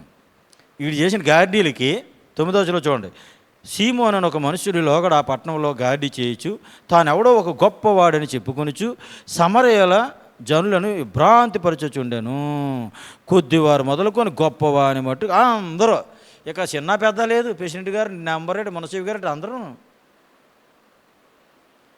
ఇంత గొప్పోడు ఇంతవరకు మన సమరంలో లేడురా అని. అసలు నిజంగా దేవుడు మహాశక్తి అంటే ఈయనే. జనాలు అలాంటారంటే, ప్రజలు అలాంటారంటే, అందుకని ప్రజలు ఈజీగా మోసం చేసేస్తున్నారు మనుషులు. ఆడు ఏదైనా వాళ్ళు మంత్రాలు చేసి వాళ్ళు తంత్రాలు చేసాడంటే ఇంక ఆడే దేవుడు వీళ్ళకి. ఇంకా ఆడ పాతకోలు తీసుకొచ్చి వీళ్ళు ఎత్తి మీద ఎట్టుకొని ఆడేదైనా ఈ బుద్ధి ఎత్తే తెచ్చి వీడు కడుపులు వేసుకుని మింగెత్తుంటాడు. ఒకప్పుడు నేను అలాగే చేసేవాడిని. దేవుడు నేత్రాలు తెరిచాడు కనుక వచ్చాను, లేకపోతే ఆ ఈ బుద్ధి తెచ్చేసుకునేవారు. మేము కూడా వెళ్ళి మా నాన్నగారు నేను ఆ సేవకి వెళ్ళి పట్టుపరితే ఆ తెచ్చి ఆ ఈ బుద్ధి ఆ ఈ బుద్ధి రోజు నోట్లు వేసేసుకునేవారిని. అలాగే గురువారం ఆ భజన ఇంటి దగ్గర చేసేవారు. మా ఊళ్ళో డాక్టర్లు, మండల పేషెంట్, మా మునసీవులు అందరూ, నాకని పెద్దలు అందరూ. మేము ఎక్కడ వెళ్తారు అసలు, వాళ్ళే అబ్బాయి, మేము అబ్బాయి. ఇప్పుడు సిగ్గేస్తుంది, అయ్యో మనుషులు పాతకాలు మోసామని. ఓకే పిల్లలు, ఇప్పుడు ఈయనకన్నా గొప్ప లేడు అనుకుంటాను. ఇప్పుడు ఈడేమో అందరికీ పరిశుద్ధాత్మ వచ్చింది, ఈడమే పరిశుద్ధాత్మ రాలేదు ఇప్పుడు గాడివాడి మీదకి. ఇప్పుడు ఇక్కడికేమో అపోస్తులకి వార్త వెళ్ళింది. అపోస్తులు ఏం చేశారంటే పేతురుని, యోహాన్ని, ఇప్పుడు మీకు ఇచ్చిన భాగాలు ఉంటుంది, మీరు చదవండి. ఏ భాగం అది? 5-25 వచనం మధ్య, 8వ అధ్యాయం 5-25. ఇప్పుడు పేతురు, యోహాను సమరకి వెళ్ళారు. సమరకి వెళ్ళి ఇక్కడ ఏం చేస్తున్నారంటే, ఏం బాబు మీరు బాప్తీసాలు తీసుకున్నారు కదా, మరి పరిశుద్ధాత్మ పొందుకోవాలని అందరిపై చేతులు ఉంచారు. వీళ్ళందరికీ పరిశుద్ధాత్మ వచ్చింది, గాడి సీమన్ మీద రావట్లేదు. అప్పుడు ఈయన అన్నాడు, మీకు ఎంతకాత అంత ఎత్తండ్రా బాబు, అదేదో నాకు ఇవ్వండిరా బాబు అన్నాడు. అప్పుడు అన్నీ పేదరు ఏమన్నాడు 21వ వచనంలో, నీ హృదయం దేవుని ఎదుట సరైనది కాదు కనుక ఈ కార్యమందు నీకు పాలు పంపులు లేవు. నాయన నువ్వు వ్యాపారమైనతో వచ్చారు నాయన, ఇలాంటి వ్యాపారమైనతో సేవకు వచ్చిన వాళ్ళు చాలామంది ఉన్నారు. యేసుప్రభుని అడ్డెట్టుకొని, యేసుప్రభు నామాన్ని అడ్డెట్టుకొని బోర్డులు ఎట్టి బోర్డు మంది డబ్బులు సంపాదించిన ఉన్నారు. ఆ బ్యాచ్ కాదరా మేము, కాబట్టి నీ హృదయం మార్చుకోరు నాయన అని పేతురు గట్టిగా ఇచ్చేసాడు. బాబు అదేదో నా మీద రాకని మీరే ప్రార్థన చేయండి నాయన అన్నాడు. ఓకే, ఇది ఇక నెక్స్ట్ భాగం ఏంటండి, 26-40. ఇప్పుడు 26-40 మీరు మ్యాప్ వైపు చూస్తే మీకు అర్థమవుతుంది. ఈ సమరయులు ఎవరున్నారు? ఫిలిప్పు ఉన్నాడు కదా. ఇప్పుడు ఫిలిప్కి దేవుడి ఆత్మ ఏం చెప్తుందంటే, ఫిలిప్పు యెరూషలేము నుంచి గాజాకు పో మార్గాన్ని ఒక ఆయన వెళ్ళిపోతున్నాడు రథం మీద. ఇక్కడ బయలుదేరాడు, ఇక్కడికి ఇలా వెళ్తాడు, గాజాకి వెళ్ళి ఐగుప్తు వెళ్ళి ఇలా వాళ్ళ ఊరు ఇది ఐథియోపియా దేశం. ఐగుప్తు ఇక్కడ నుంచి వచ్చాడు ఆరాధనకి, యెరూషలేము ఆరాధనకి వచ్చాడు. అయిపోయింది, తిరిగి రథం మీద వెళ్ళిపోతున్నాడు. నువ్వేం చేస్తావంటే అడ్డుగా వెళ్ళి ఈయన ఎక్కడెక్కడ కలుసుకో అని చెప్పాడు. ఈ సెంటర్లో కలుసుకున్నాడు అరణ్య మార్గంలో. దేవుని ఆత్మ నేను ఎత్తుకొని ఇక్కడ దించిందనమాట. అది ఏం పరిగెత్తుతాడు, రథం కన్నా ఎక్కువ పరిగెత్తలేడు కదా. అడ్డుకొచ్చి కలుసుకున్నాడు. కలుసుకుంటే అడిగాడు, ఏమండి మీరు చదువుతుంది మీకు అర్థం అవుతుందా అని అడిగాడు. ఒకడు తోవ చూపిస్తే తప్ప ఎలాగ అర్థం అవుతుంది అని అన్నాడు ఈయన. మీరు చదువుతుంది ఏంటంటే యెషయా గ్రంథం. అప్పుడు అడిగాడు, నేను చెప్తానైతే రథం ఎక్కన్నాడు, ఎక్కించుకున్నాడు. ఎక్కించుకున్న తర్వాత యెషయా గ్రంథం 53వ అధ్యాయం చదువుతున్నాడు. అసలు ఎవరి గురించి రాశాడు ఈ ప్రవక్త? తన గురించే లేకపోతే వేరొక నుంచి రాశాడా అని అంటే, ఆ లేఖనమును ఆధారం చేసుకొని ఆ లేఖనమును అనుసరించి 35వ వచనంలో చూడండి, ఆ లేఖనమును అనుసరించి అతనికి యేసుని గూర్చి సువార్త ప్రకటించను. పాత నిబంధనలో లేఖనం తీసుకున్నాడు, కొత్త నిబంధన సువార్త అందించాడు. అప్పుడు ఈ రథం మీద వెళ్ళిపోతున్న ఆయన ఏమన్నాడు, బహుశా ఎక్కడికి వచ్చారు, అది నీళ్ళు కనబడుతున్నాయి, నీకు బాప్తీసం ఇవ్వడానికి ఏమైనా అడ్డా అని అడిగాడు. నాకు అడ్డం లేదు, స్పాట్లో మారు మనసు పొందో, స్పాట్లో బాప్తీసం అన్నాడు. తప్పని బాప్తీసం ఇచ్చాడు. మరి ఇంటికి వెళ్ళి మా ఆవిడ చెప్పొద్దా? మరి మా ఇంటి దగ్గర మరి మా రాణిగారు ఉన్నా మరి రాణిగారికి చెప్పొద్దా? ఎందుకంటే ఇలా కందాకే రాణి 27 ఉంటుంది. ఐథియోపియాలో రాణి అయిన కందా కింద మంత్రినా, ఆర్థిక మంత్రి. మరి మా రాణిగారికి చెప్పాలా, మరి మా ఆవిడ గారికి చెప్పాలి. ఇంట్లో రాణి ఉంది, దేశంలో రాణి ఉంది. ఇంట్లో రాణి చెప్పపోయిన బాధే, దేశంలో రాణికి చెప్పని బాధ. ఎక్కడికి వెళ్ళావు ఆ మతం అంటించుకొచ్చావు మళ్ళీ నాతో గొడవ పడతాడు అక్కడ. కాబట్టి చెప్పాలనుకోవడం లేదు ఈయన. ఇక దారిలోనే బాప్తీసం తీసేసుకున్నాడు. ఈయన తీసేసుకున్న తర్వాత ఈయనేమో ఇలా వెళ్ళిపోయాడు గాజాకి వెళ్ళి. మీరు చదువుతుంటే గాజాకి వెళ్ళి ఇలా వెళ్ళిపోయాడు ఉంటుంది ఆయన దేశానికి. మళ్ళీ ఎప్పుడు కలవలేదు. ఈయన అజోత్ వెళ్ళిపోయాడు అని ఉంటుంది చూడండి. అది 40 ఫిలిప్ అజోతులో కనబడను అంటే ఈ సమరయ నుంచి ఇక్కడికి వచ్చి ఈయనకి బాప్తీసం ఇచ్చేసి సువార్త ప్రకటించి బాప్తీసి అజోత్ వెళ్ళిపోయాడు. అంటే మధ్యధర సముద్రం పక్కన అజోత్ ఉంది. అజోత్లో ఉన్నాడు ఇప్పుడు. ఆ తర్వాత ఎక్కడికి వెళ్ళాడంట? కైసరియాకి వెళ్ళిపోయాడట. అజోత్ తర్వాత ఇలా యొప్పే దాటి కైసరియాకి వెళ్ళిపోయాడట. మ్యాప్లో చూడండి మీరు. మ్యాప్లో కైసరియా ఎక్కడ ఉందో. కైసరియా, యొప్పే, అజోతు, గాజా. ఇదేమో లొద్దా. పేతురుకోడి ప్రాంతాలకు వస్తాడు నెక్స్ట్ అధ్యాయంలో. అందుకే మీకు ప్లేస్ బాగా మైండ్లో పెట్టుకోండి. యెరూషలేం, సమరయ, ఇక్కడి నుంచి ఇలా వచ్చాడు. ఇక్కడ బాప్తీసం ఇచ్చాడు. ఈ దారిలో నపుంసకుడు ఇలా వెళ్ళిపోయాడు. ఫిలిప్ ఇలా వెళ్ళిపోయాడు. కైసరియాకి వెళ్ళిపోయి కైసరిలో కాపురం పెట్టాడు. అక్కడ ఆయనకి కైసరిలో అపోస్తలుల 21 అధ్యాయంలో ఉంటారు. 4 కుమార్తెలు ప్రవచించేవారు ఉన్నారు ఈయనకే, సువార్తకుడైన ఫిలిప్కి. ఓకే, 9వ అధ్యాయం అండి. 9వ అధ్యాయానికి 1 నుంచి 9 వచనాలండి. సౌలుకు పిలుపు వచ్చింది ఇప్పుడు. అపోస్తలుడైన పౌలుకి పిలుపు అనమాట. సౌలుగా ఉన్నప్పుడు ఎలా పిలిచాడు? మామూలు మర్యాదగా పిలిచాడా? వీడికి ఎలా పిలుస్తారు ఆడని, వీడికి మర్యాద ఏంటని ఇక గుర్రం మీద వెళ్ళిపోతున్నాడు. ఎక్కడికి వెళ్తాడు ఈయన? ఇప్పుడు యెరూషలేములో ఉన్న వాళ్ళందరినీ కూడా సంఘాలన్నిటి కూడా ఇంచుమించు స్త్రీలు పురుషులు చాలా బెదరగొడిచాడు ఇప్పుడే. ఓకే, ఇక్కడ నా టార్గెట్ అయిపోయింది. అయ్యారా నాకు పత్రికలు ఇవ్వండి, దమస్కి వెళ్తాను అన్నాడు. సిరియాలో దమస్క్, ఇది సిరియా, ఇదంతా సిరియా, దాని ముఖ్య పట్టణం దమస్కు. దమస్కులో కూడా వెళ్ళి అక్కడ క్రైస్తవ సంఘాలు ఏమైనా ఉంటే వాళ్ళు కూడా పట్టుకుని వచ్చేస్తాను, నాకు అధికార పత్రం అవ్వాలని లైసెన్స్ తీసుకున్నాడు. తీసుకొని గుర్రం మీద వెళ్ళిపోతున్నాడు. టీవీని తీసుకొని ఇక్కడికి వచ్చాడు కరెక్ట్గా మధ్యలోకి. ఇంకా దమస్కి వెళ్ళలేదు. మధ్యలో ఉంటుండగానే ఆకాశంలో ఒక వెలుగు కనబడి దబ్బును పడ్డాడు. కళ్ళు పోయాయి. అది పిలిపి ఆయనకి. 1 నుంచి 9 వచనాలు. అప్పుడు ఆ సంభాషణ అంతా మీకు తెలుసు. నేల మీద పడి సౌలా సౌలా నువ్వు వేళ నన్ను నివసిస్తున్నావు అన్నాడు ఆయన. ఆ స్వరం విన్నాడంట. 5వ వచనం ఏమంటాడు?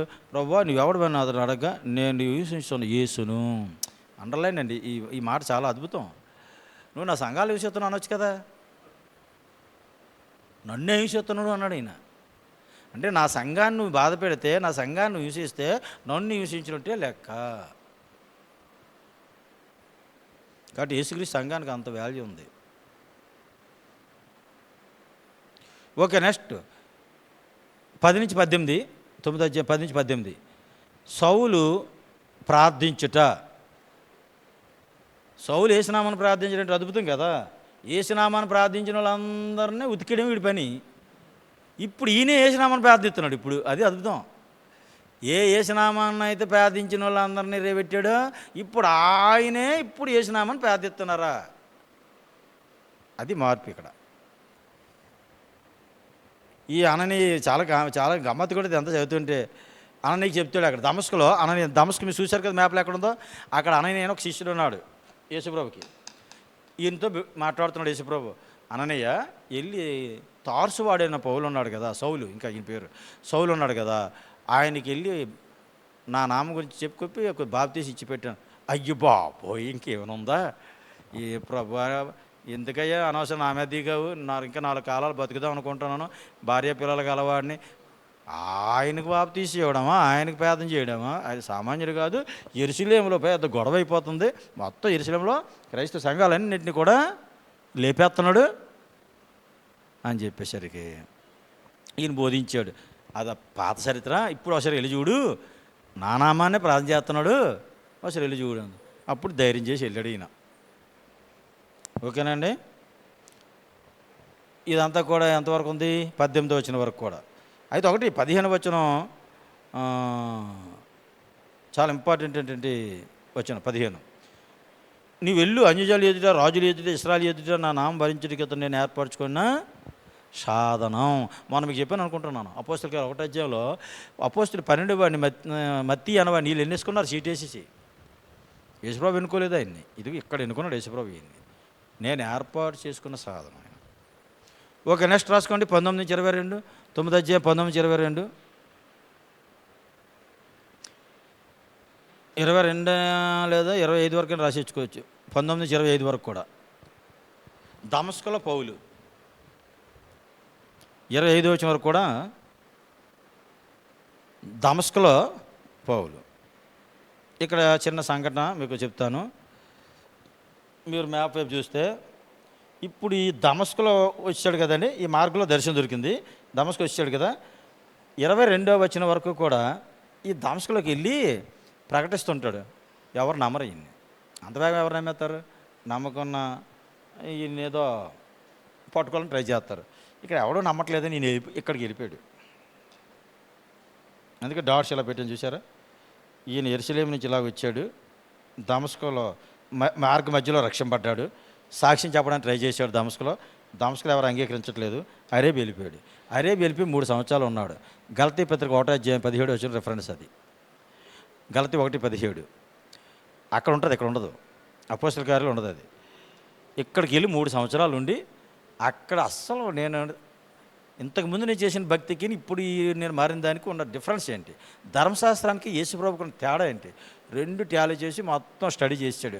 బైబిల్ ట్రైనింగ్ అయిపోయాడు డైరెక్ట్ పరిశుద్ధాత్మ దేవుడి దగ్గరే. 3 సంవత్సరాలు బైబిల్ ట్రైనింగ్ అయిపోయాడు. వెళ్ళిపోయి ఇప్పుడు వెళ్ళాడు మరలాను. మళ్ళీ డాట్స్ పెడితే మీరు కన్ఫ్యూజ్ అవుతారని పెట్టలేదు నేను. ఇప్పుడు తిరిగి వచ్చాడు దమస్కు. అక్కడ 23 వచ్చిన నుంచి 9వ అధ్యాయం 23 నుంచి 25 వచ్చిన వరకు. ఇప్పుడు మరలా వీళ్ళు ఇంకా మారలేదు. దమస్కుల వాళ్ళు ఇంకా నమ్మట్లేదు ఈయన్ని. ఈసారి సంపాలను చూశారు. అప్పుడు రాత్రిని గంపలు పెట్టి ఈయన్ని గోడగుండా రహస్యంగా శిష్యులందరూ దించేసి బర్నబా మాత్రం నమ్మాడు ఈయన్ని. బర్నబా నమ్మి ఈయన రహస్యంగా తీసుకొని యెరూషలేము వెళ్ళిపోయాడు. పౌలు తప్పించాడు అక్కడ దమస్కులో సంపకున్న. ఇప్పుడు 26 నుంచి మీరు చూడండి. 9:26 నుంచి 31 వరకు. పౌలు యెరూషలేములో తిరస్కరించబడుట.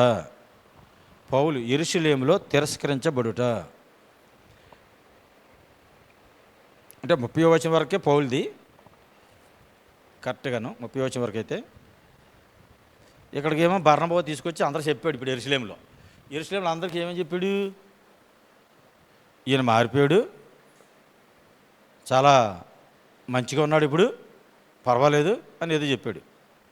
చెప్తే ఇక్కడ ఎవరు నమ్మలే. ఈ దమస్కులు ఎలాగైతే సంపాదన చూసారో వీళ్ళు సంపాదన చూస్తున్నారు. అప్పుడు ఏం చేశాడు ఈ బర్నబా, చూడండి బర్నబా ఎంత హెల్ప్ చేశాడు చూడండి పౌలుకి. చివరికి మళ్ళీ ఎదురు గొడవ అయిపోద్ది. ఎవడు మనకు బాగా హెల్ప్ చేస్తాడు ఆడితేనే గొడవ పెడతాడు దేవుడు. అక్కడే బాధ అనిపిస్తుంది మనకు బాగా ఉపకారం చేసి మన కోసం మన ప్రేమగా చూసుకుంటారా, వాళ్ళతోనే గొడవ పెడుతుంటాడు. ఇప్పుడు ఇక్కడ ఏదో తప్పించాడు, ఇక్కడ కూడా తప్పించాడు. ఇప్పుడు ఏం చేశాడు, ఈయన్ని ఇలా తీసుకెళ్ళి కైసరికి తీసుకెళ్ళి వాడెక్కించాడు. వాళ్ళ ఊరు వెళ్ళిపోయాడు తార్సు. గలతీ పత్రిక 1వ అధ్యాయం 17 వచనం నుంచి 19 వచనం ఆ భాగాలు మీరు చదవండి, మీకు అర్థమవుతుంది. అంటే గలతీ పత్రిక 1వ అధ్యాయం అన్నమాట ఇదంతా కూడా. 1 నుంచి 24 వచనం కూడా చదవచ్చు. 21 నుంచి 1 అధ్యాయం 17 నుంచి 24 వచనం వరకు కూడా మీరు చదవచ్చు. 17 వచనం నుంచి 24 వచనం వరకు మీరు గలతీ పత్రిక అయితే ఈ సందర్భాన్ని అక్కడ రాశాడు. ఓకే, ఇప్పుడు 9వ అధ్యాయం లాస్ట్ భాగం.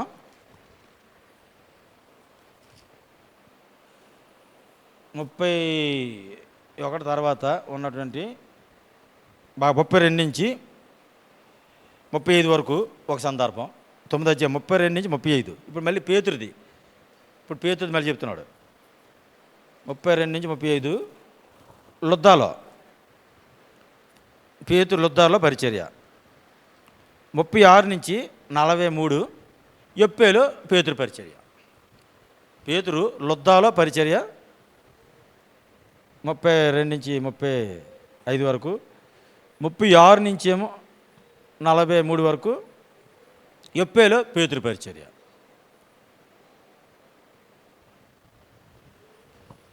మీకు మ్యాప్లో ఉన్నాయి ఆ ఊరి పేర్లు రాశాను. ఇదే లొద్దా, అంటే పేతురు ఇక్కడికి వెళ్ళాడు లొద్దాకి. ఆ తర్వాత యొప్పేకి వెళ్ళాడు. లొద్దాలో ఏం జరిగింది? అయినయ్య అన్నవాడు 8 సంవత్సరాల నుంచి పక్షవాతంతో ఉన్నాడు. ఆయన ఇక్కడ స్వస్థత పొందాడు. అయినయ్య లొద్దాలో. యొప్పేలో తబిత, చచ్చిపోయిన తబిత బతికింది. అద్భుతం జరుగుతుందన్నమాట. ఎక్కడికి వెళ్తే అక్కడే.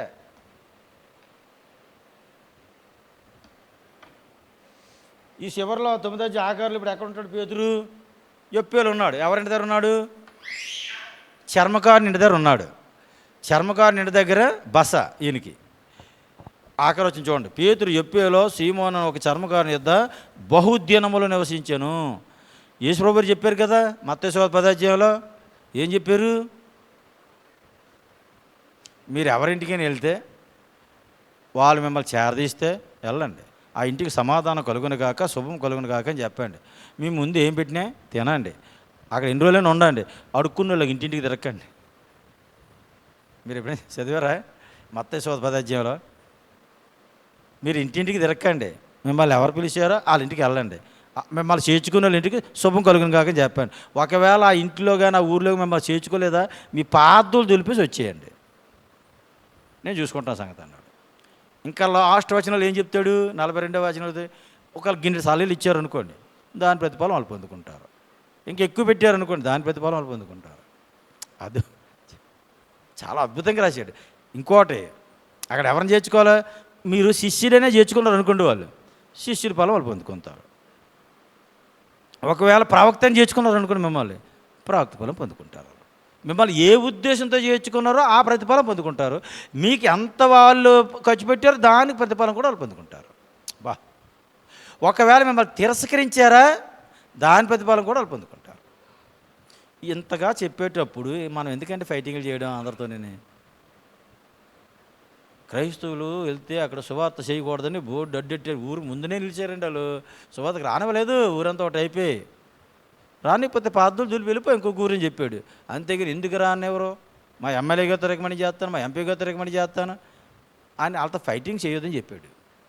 ఆ ఊరు నుంచి ఇంకొక ఊరు పారిపోండి అని చెప్పాడు. మత్తయి సువార్త 10వ అధ్యాయాలు ఇప్పుడు చెప్పినవన్నీ ఉంటాయి. ఓకే, ఇప్పుడు ఎక్కడున్నాడండి పేతురు? యొప్పేలో ఉన్నాడు. ఇప్పుడు 10వ అధ్యాయానికి వెళ్దాం. 12 అధ్యాయాలు అయిపోవాలి ఇవాళ. 12 అధ్యాయాలు అయిపోయి ముగించుకుందాం. అక్కడ సందర్భం అయిపోద్ది. ఇంకా ఈ కొర్నేలి ప్రార్థన చేస్తున్నాడు. రాసేసుకోండి. మొదట 1-8 వచనాలు అంతా కొర్నేలి ఇంటి దగ్గర కదే. ఒక్క మాటలు చెప్పాలంటే 10వ అధ్యాయంలో కొర్నేలి ఇంటి వారి యొక్క రక్షణ.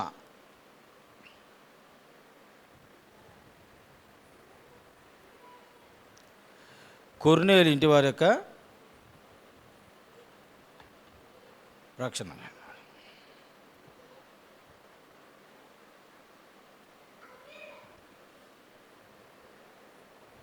ఎందుకు ఫోన్ చేసి బయటికి వెళ్ళి అడుగు. కొర్నేలి ఇంటి వారి రక్షణలో మీరు ఎలా రాసుకుంటారంటే కొర్నేలి 1-8 వచనాలు. పేతురు కొరకు మనుషులను పంపుట. కొర్నేలి పేతురు కొరకు మనుషులను పంపుట. ఇది 1-8 వచనాలు. 9-22 వచనాలు పేతురు యొక్క దర్శనం. అదే దుప్పటి దర్శనం, దుప్పటి దిగడం, దుప్పట్లాంటి పాత్ర. 23-43 వచనం వరకు కూడా పేతురు కొర్నేలింట్లో బోధించుట.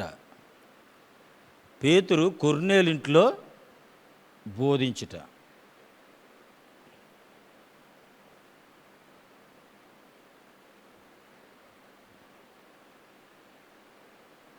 నలభై 44-48 వారు పరిశుద్ధాత్మ పొందుకొని భాషలు మాట్లాడట.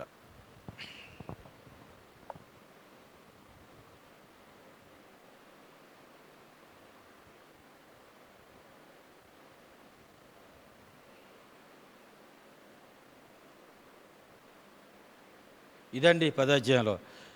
ఇందులో ఈ స్టోరీ అంతా మీకు ఎలాగో ఆల్రెడీ తెలుసు. నేను ఇందులో ఒక విషయాన్ని మీకు రైట్ చేస్తాను. దేవుడు పవిత్రం చేసిన వాటిని నీవు నిషిద్ధమైన వాటినిగా ఎంచవద్దని మరలా రెండవ మారు ఆ శబ్దం అతనికి వినబడిందట. 15వ వచనంలో. 28వ వచనంలో ఏమంటున్నాడంటే, అయితే ఏ మనుష్యుడు నిషేధింపదగిన వాడి అయినను అపవిత్రుడైనను చెప్పకూడదని దేవుడు నాకు చూపించి ఉన్నాడు.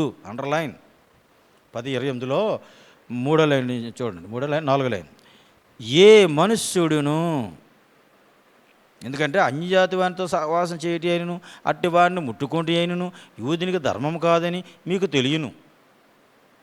అన్యులతో సహవాసం చేయకూడదు యూదులు, వాళ్ళు అంటుకోకూడదు, ముట్టుకోకూడదు వాళ్ళు. అయితే మనుష్యుడు ఏ మనుషుడు కూడా నిషేధింపదగిన వాడైనను అపవిత్రుడైనను చెప్పకూడదట మనం అని యేసుప్రభు నాకు దర్శనంలో చూపించాడు. అందుకే కొర్నేలింటికి వెళ్ళాను, అందుకే కొర్నేలింటికి వచ్చానని ఇప్పుడు కొర్నేలితో చెప్తాడు. 11వ అధ్యాయంలో యూదులతో కూడా ఈ మాట చెప్తాడు. అందుకే కొర్నేలింటికి వెళ్ళాను అని ఈ గురించి గొడవ పెట్టేసుకుంటారు 11వ అధ్యాయంలో. కాబట్టి మనకి ఏమర్థం అవుతుంది దీన్ని బట్టి? మనం సువార్త ప్రకటించేటప్పుడు ఇది చాలా జాగ్రత్తగా పాటించాలి. ఇక మనకు నచ్చిన వాళ్ళకే సువార్త చెప్పకూడదు. వీళ్ళు మా బంధువులు కనుక వీళ్ళకి మాకు సువార్త, లేదంటే వీళ్ళు మాకు కావాల్సిన వాళ్ళు కనుక, వీళ్ళు కొద్దిగా ధనవంతులు కనుక వీళ్ళు సువార్త చెప్తే మనకి ఏదైనా బాగుంటుంది అని, కానీ పేదవాళ్ళకి సువార్త చెప్తే మనకేముంటుందని, కష్టాలు ఉన్న వాళ్ళకి, రోగాలు ఉన్న వాళ్ళకి అయితే మన సువార్త బాగోదని, ఇంక ఇలాంటి కులాలు పెట్టి కానీ, మతాలు పెట్టి కానీ, అంటే స్థితిగతులు పెట్టి కానీ ఇంక మనకి ఏది కూడా చూడకూడదు. ఇదంతా మీకు తెలుసు. మరి ఇది నేను వివరించట్లేదు, మీ తర్వాత మీరు చదవండి. ఏదైనా ఈ అధ్యాయాల గమ్మత్తు ఏంటంటే, బాప్తీసం పొందిన తర్వాత పరిశుద్ధాత్మ అవుతుందా, పరిశుద్ధాత్మ పొందిన తర్వాత బాప్తీసం పొందుకుంటారు ఎవరైనా? జనరల్గా మారుమనసు పొందాలి, బాప్తీసం మారుమనసు ఎప్పుడైతే పొందారో బాప్తీసం ఇస్తాం. బాప్తీసం పొందిన వెంటనే వాడికి ఆటోమేటిక్గా పరిశుద్ధాత్మ కూడా దేవుడు అనుగ్రహిస్తాడు. ఇది క్రమం. కానీ ఇందులో ఏం జరిగింది? బాప్తీసం తీసుకోకముందే పరిశుద్ధాత్మ వచ్చింది వీళ్ళకి. పేతురు ప్రసంగం చేస్తుంటేనే కొర్నేలు ఇంటి వారు అందరి మీద పరిశుద్ధాత్మ దిగిపోయింది అని రాసేసాడు. ఎక్కడ? 44 చూడండి. పేతురు ఈ మాటలు ఇంకా చెప్పుచుండగా అతను బోధ విన్న వారందరి మీదకి పరిశుద్ధాత్మ దిగాను. బాధ వింటేనే పరిశుద్ధాత్మ దిగిపోయిందంట. ఒక్కోసారి పరిశుద్ధాత్మ దిగాలంటే ఏం చేశారు? చేతులు ఉంచారు. చేతులు ఉంచితే పరిశుద్ధాత్మ దిగుతుంది. మనం 8వ అధ్యాయంలో చూసాం కదా, పేతురు యోహానులు సమరయ ప్రాంతానికి వెళ్ళి అందరి మీద చేతులు ఉంచగా, అందుకే చాలామంది మన వాళ్ళు దొరలు వస్తుంటారు, కొన్ని మిషనరీలు, ఆ దొరలు వచ్చి అందరి మీద చేతులు ఉంచుతూ ఉంటారు ఇలాగా పరిశుద్ధాత్మ కోసం. భాషలు మాట్లాడండి, పరిశుద్ధాత్మ వచ్చింది మీ భాషలు మాట్లాడండి అంటారు. ప్రసంగం వినే పరిశుద్ధాత్మ వచ్చేస్తుంది వాక్యం వింటే. కాబట్టి ఎలాగొస్తుంది, ఎప్పుడు వస్తుందో అని తెలియదు. అది దేవుడికి యువతలు విశ్వాసకున్న సంబంధం అది. ఓకే, ఆ తర్వాత వీళ్ళు బాప్తీసం తీసుకున్నారని నాకు రాయబడి ఉంది. ఓకే, ఇది 10వ అధ్యాయం. 11వ అధ్యాయానికి వెళ్దాం ప్రియులారా. 11వ అధ్యాయం 1 నుంచి 18 వచనాలు. అన్యజనుల మధ్య జరిగినది పేతురు యూదులతో చెప్పుట.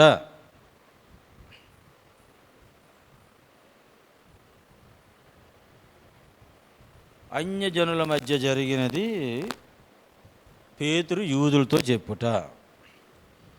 ఎందుకు యూదులకు చెప్పాల్సిన పరిస్థితి వచ్చింది పేతురికి అంటే, ఈ భాగం మీరు చదివితే 18వ వచనం వరకు కూడా మీకు 3వ వచనం చూడండి.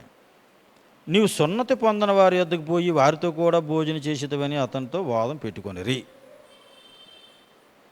వీళ్ళు ఏం చేస్తున్నారు ఇప్పుడు? వాదం పెట్టుకున్నారు. ఏమయ్యా పేతురు, ఏమిటో మరి యూదులు తత్వనకు అర్థం కావట్లేదు, యేసు ప్రభుత్వం అలాగే మరి వాళ్ళ మూర్ఖత్వమా లేకపోతే వాళ్ళకి దుష్టాత్మలు. ఒక వ్యక్తికి అక్కడ మేలు జరిగింది అన్నప్పుడు, ఒక కుటుంబంలో మేలు జరిగింది అన్నప్పుడు ఎవడైనా అభినందిస్తాడు. మీరు వెళ్ళడం వల్ల ఆ కుటుంబం బాగుపడిందా, మీరు వెళ్ళడం వల్ల ఆ సంఘంలో మేలు జరిగిందా, మీరు వెళ్ళడం వల్ల ఆ వ్యక్తికి లాభం జరిగిందా, వెరీ గుడ్ బ్రదర్, బ్రహ్మాన్ని పనిచేశారంట మనం అయితే. మరి వీరెందుకు వెళ్ళగానే నాకు అర్థం అవుతుంది. వీళ్ళకి ఏంటంటే మత పిచ్చి ఎక్కువ. మనం యూదులే, వాళ్ళు అన్యులు. వాదం పెట్టుకున్నారు. కొర్నేలింటికి నువ్వు వెళ్ళడం ఏంటి? అయ్యా కొర్నేలింట్లో అందరూ, కొర్నేలింట్లో రక్షణ నువ్వెవడో అసలు, వాళ్ళెవరు మనం ఎవరో నువ్వు వాదం పెట్టుకున్నారు వీళ్ళు. ఇప్పుడు ఈ మొత్తం మీరు ఈ భాగం అంతా చదవండి. నేను యొప్పేలు ఉన్నప్పుడు అని చెప్తున్నాడు. 5వ వచనం మొదలెట్టుకుని, నేను యొప్పే పట్టణంలో ప్రార్థన చేయించుండగా పరవశుడిని అయితేని. అప్పుడు ఒక దర్శనం నాకు కలిగాను. అదంతా మొత్తం ఇదంతా ఇంక మీకు చెప్పను. మళ్ళీ 9వ చూడండి, రెండో మారు ఆ శబ్దం ఆకాశం నుండి దేవుడు పవిత్రం చేసినవి నీవు నిషిద్ధమైనవి అంచవద్దని ఉత్తరం ఇచ్చాను. ఇలా ముమ్మారు కూడా జరిగింది, మూడో మారు కూడా జరిగింది. అప్పుడు 12వ వచనం చూడండి, ఆత్మ నీవు భేదమేమీ చేయక వారితో కూడా వెళ్ళమని నాకు సెలవిచ్చాను. ఇంకేం చెప్తాడండి? ఇవన్నీ చెప్పిన తర్వాత అప్పుడు వాళ్ళకి అర్థమైందండి. అర్థమైన తర్వాత 17వ వచనం నుంచి చూడండి. కాబట్టి ప్రభువైన యేసుక్రీస్తునందు విశ్వాసం ఇచ్చిన మనకు అనుగ్రహించినట్టు దేవుడు వారికి కూడా సమాన వరం అనుగ్రహించి, సమాన వరం చూసారా, మనకి వాళ్ళకి ఇప్పుడు సమాన వరం అనుగ్రహించి ఉండగా దేవుని అడిగించడానికి నేనేపాటివాడిని? మనకి వాళ్ళకి దేవుడు సమాన వరం ఇచ్చేసాడు. ఆ కులం ఇంక మన కులం ఏంటి, ఇంకా ఆ మాతం ఏంటి మన మాతం ఏంటి? దేవుడికే ఇష్టపడినప్పుడు నేనేవాడిని? వాళ్ళదో కులం మనదో కులం, వాళ్ళదో మతం మనదో మతం, వాళ్ళ ఆడవాళ్ళు మన మగవాళ్ళు, వాళ్ళ పేదోళ్ళు మన ధనవంతులు చెప్పండి నేనేవాడిను? దేవుడే సమాన వరం ఇచ్చేసాడు. ఇప్పుడు ఆఖరి వచ్చిన చూడండి, వారు ఈ మాటలు విని మరేమీ అడ్డం చెప్పక, వాళ్ళకి ఎక్కడ వేయాలి అక్కడ వేసేసాడు మొత్తం తాళం. మరి ఏమి అడ్డం చెప్పక అట్లయితే అన్యజనులను దేవుడు జీవార్థమైన మారు మనస్సు దయచేసి ఉన్నాడని చెప్పుకొనుచు దేవుని మహిమపరచరి. హల్లెలూయా. నెక్స్ట్ చూడండి, రెండో భాగం 19 నుంచి 30. అపోస్తుల కార్యాలు 11వ అధ్యాయం 19 నుంచి 30. ఈ భాగంలో ఇప్పుడు మీకు అర్థం అవ్వాలి, అంత్యోక్యలో క్రైస్తవ్యం ప్రారంభం, లేదంటే క్రైస్తవ సాక్ష్యం. అంత్యోక్య సంఘంలో, ఏ అంత్యోక్య అంటే సిరియాలో ఉన్న అంత్యోక్య, దీన్ని సిరియా యొక్క అంత్యోక్య అంటారు. దీన్ని ఇంకొక అంత్యోక్య మీద ఉంటుంది మళ్ళీని పౌలు ప్రయాణంలో, అది పిసిదియాలో అంత్యోక్య. ఇదేమో సిరియాలో అంత్యోక్య. సిరియాలో అంత్యోక్యలో మొట్టమొదటిగా క్రైస్తవులు అనబడుట.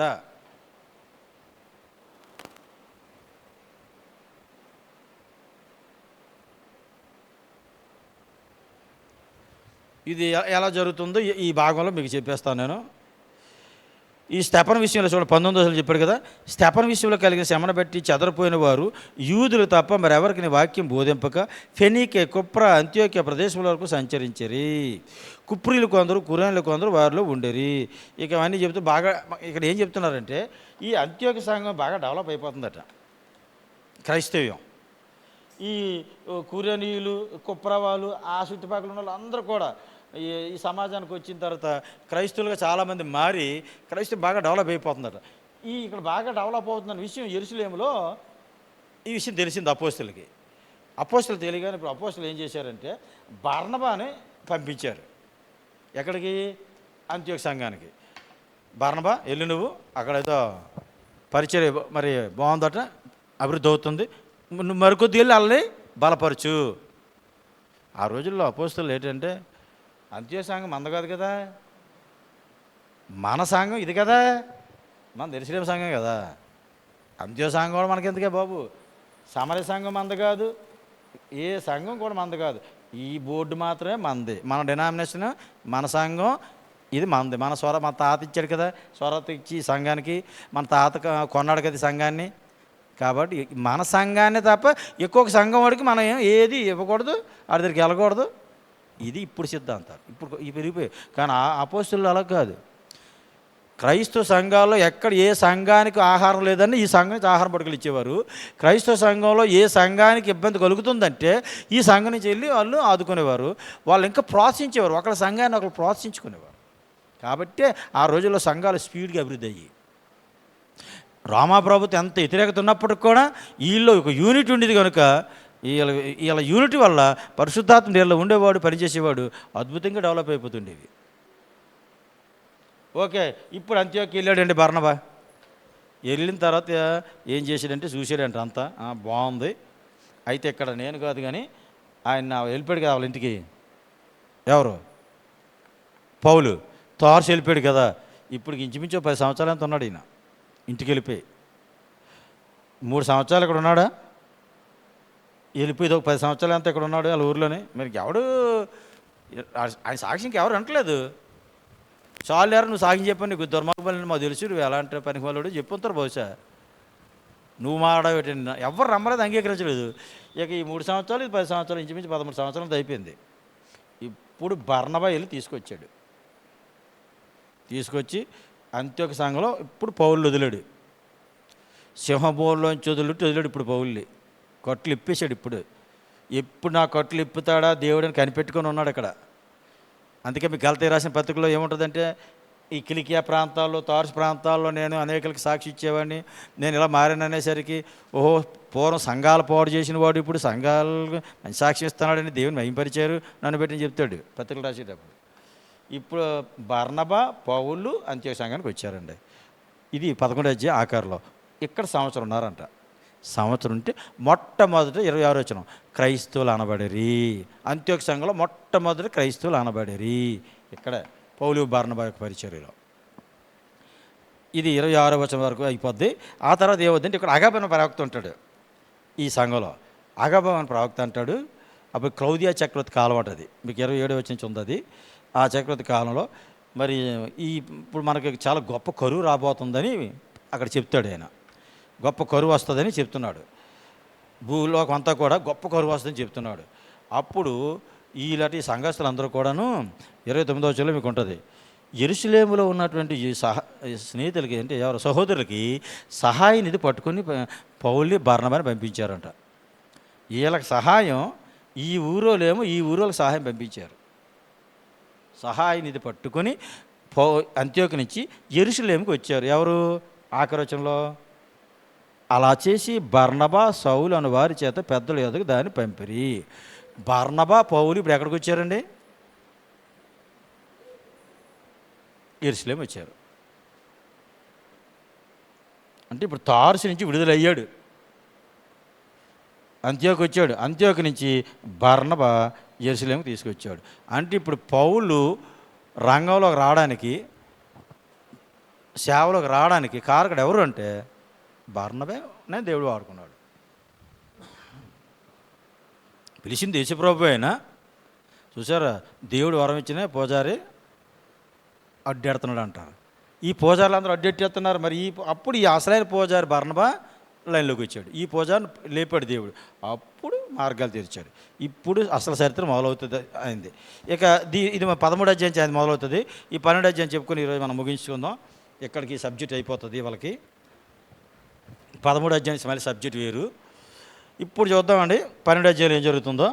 దాదాపు అదే కాలం ముందు రాజు అయిన హేరోదు సంఘవారిలో కొందరిని బాధ పెట్టుటకు బలాత్కారంగా పట్టుకొని. ఏ రోజు అంటే మీరు ఏమనుకుంటారు? ఇన్ని మీకు తెలిసి ఉండొచ్చు, ఇంతకుముందు బహుశా చెప్పుకుంటాం. హేరోదు అగ్రిప్ప 1 ఈయన. హేరోదు అంటే అగ్రిప్ప 1, హేరోదు అగ్రిప్ప 1 ఈయన పేరు. అంటే మహాహేరోదు ఉన్నాడు కదా, యేసుప్రభుని భార్యలో చిన్నపిల్లలు చంపించేశాడా, ఆయన మనవడు ఈయన.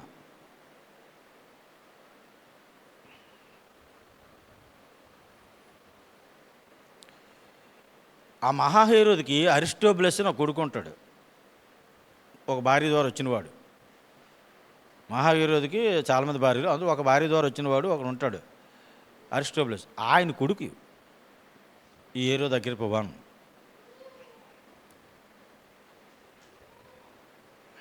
ఇప్పుడు ఈయన ఏం చేశాడంటే, యూదులు సంతోషపెట్టాలని యాకోబుని చంపించాడు. మొట్టమొదటి అపోస్తలుల్లో మొట్టమొదటి హతసాక్షి ఈయనే. క్రైస్తవుల్లో మొట్టమొదటి హతసాక్షి ఎవరు? స్తేఫను. అపోస్తలుల్లో మొట్టమొదటి హతసాక్షి ఎవరు? యాకోబు. ఇక్కడ ఈ యాకోబు అంటే జబదేవు కుమారుడు యాకోబు ఈయన. ఇంకొక యాకోబు ఉంటాడు మళ్ళీ ఇందులోనే, ఆయన యేసుప్రభు సహోదరుడు ఆయన.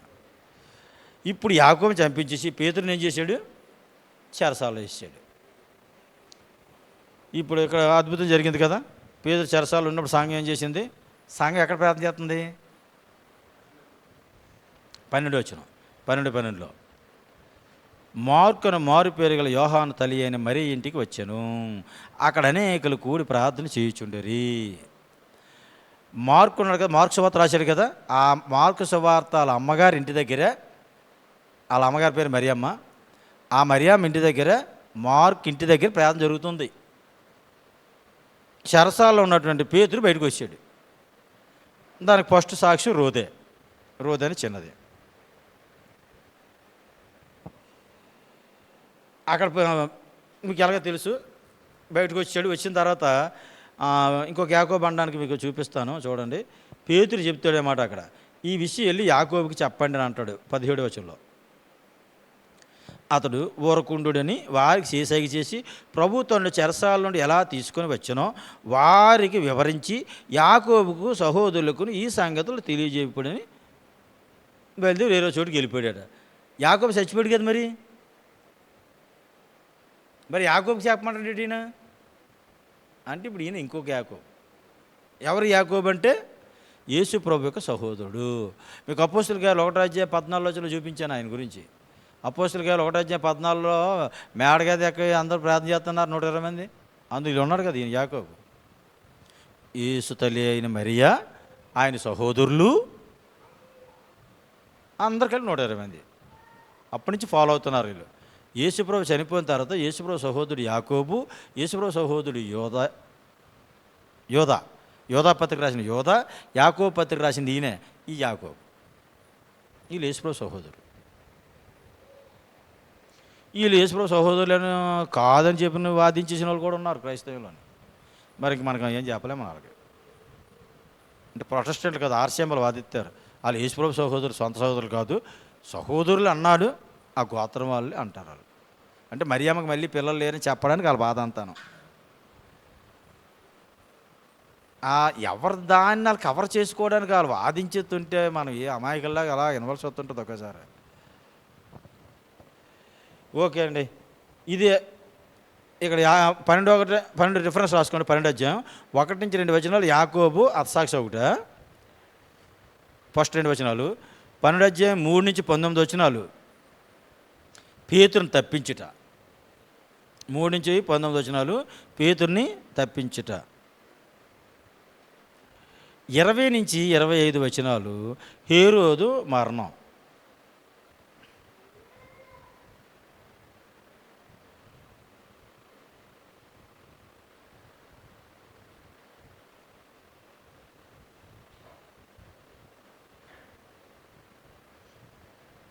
ఓకే, రాశారు కదండి.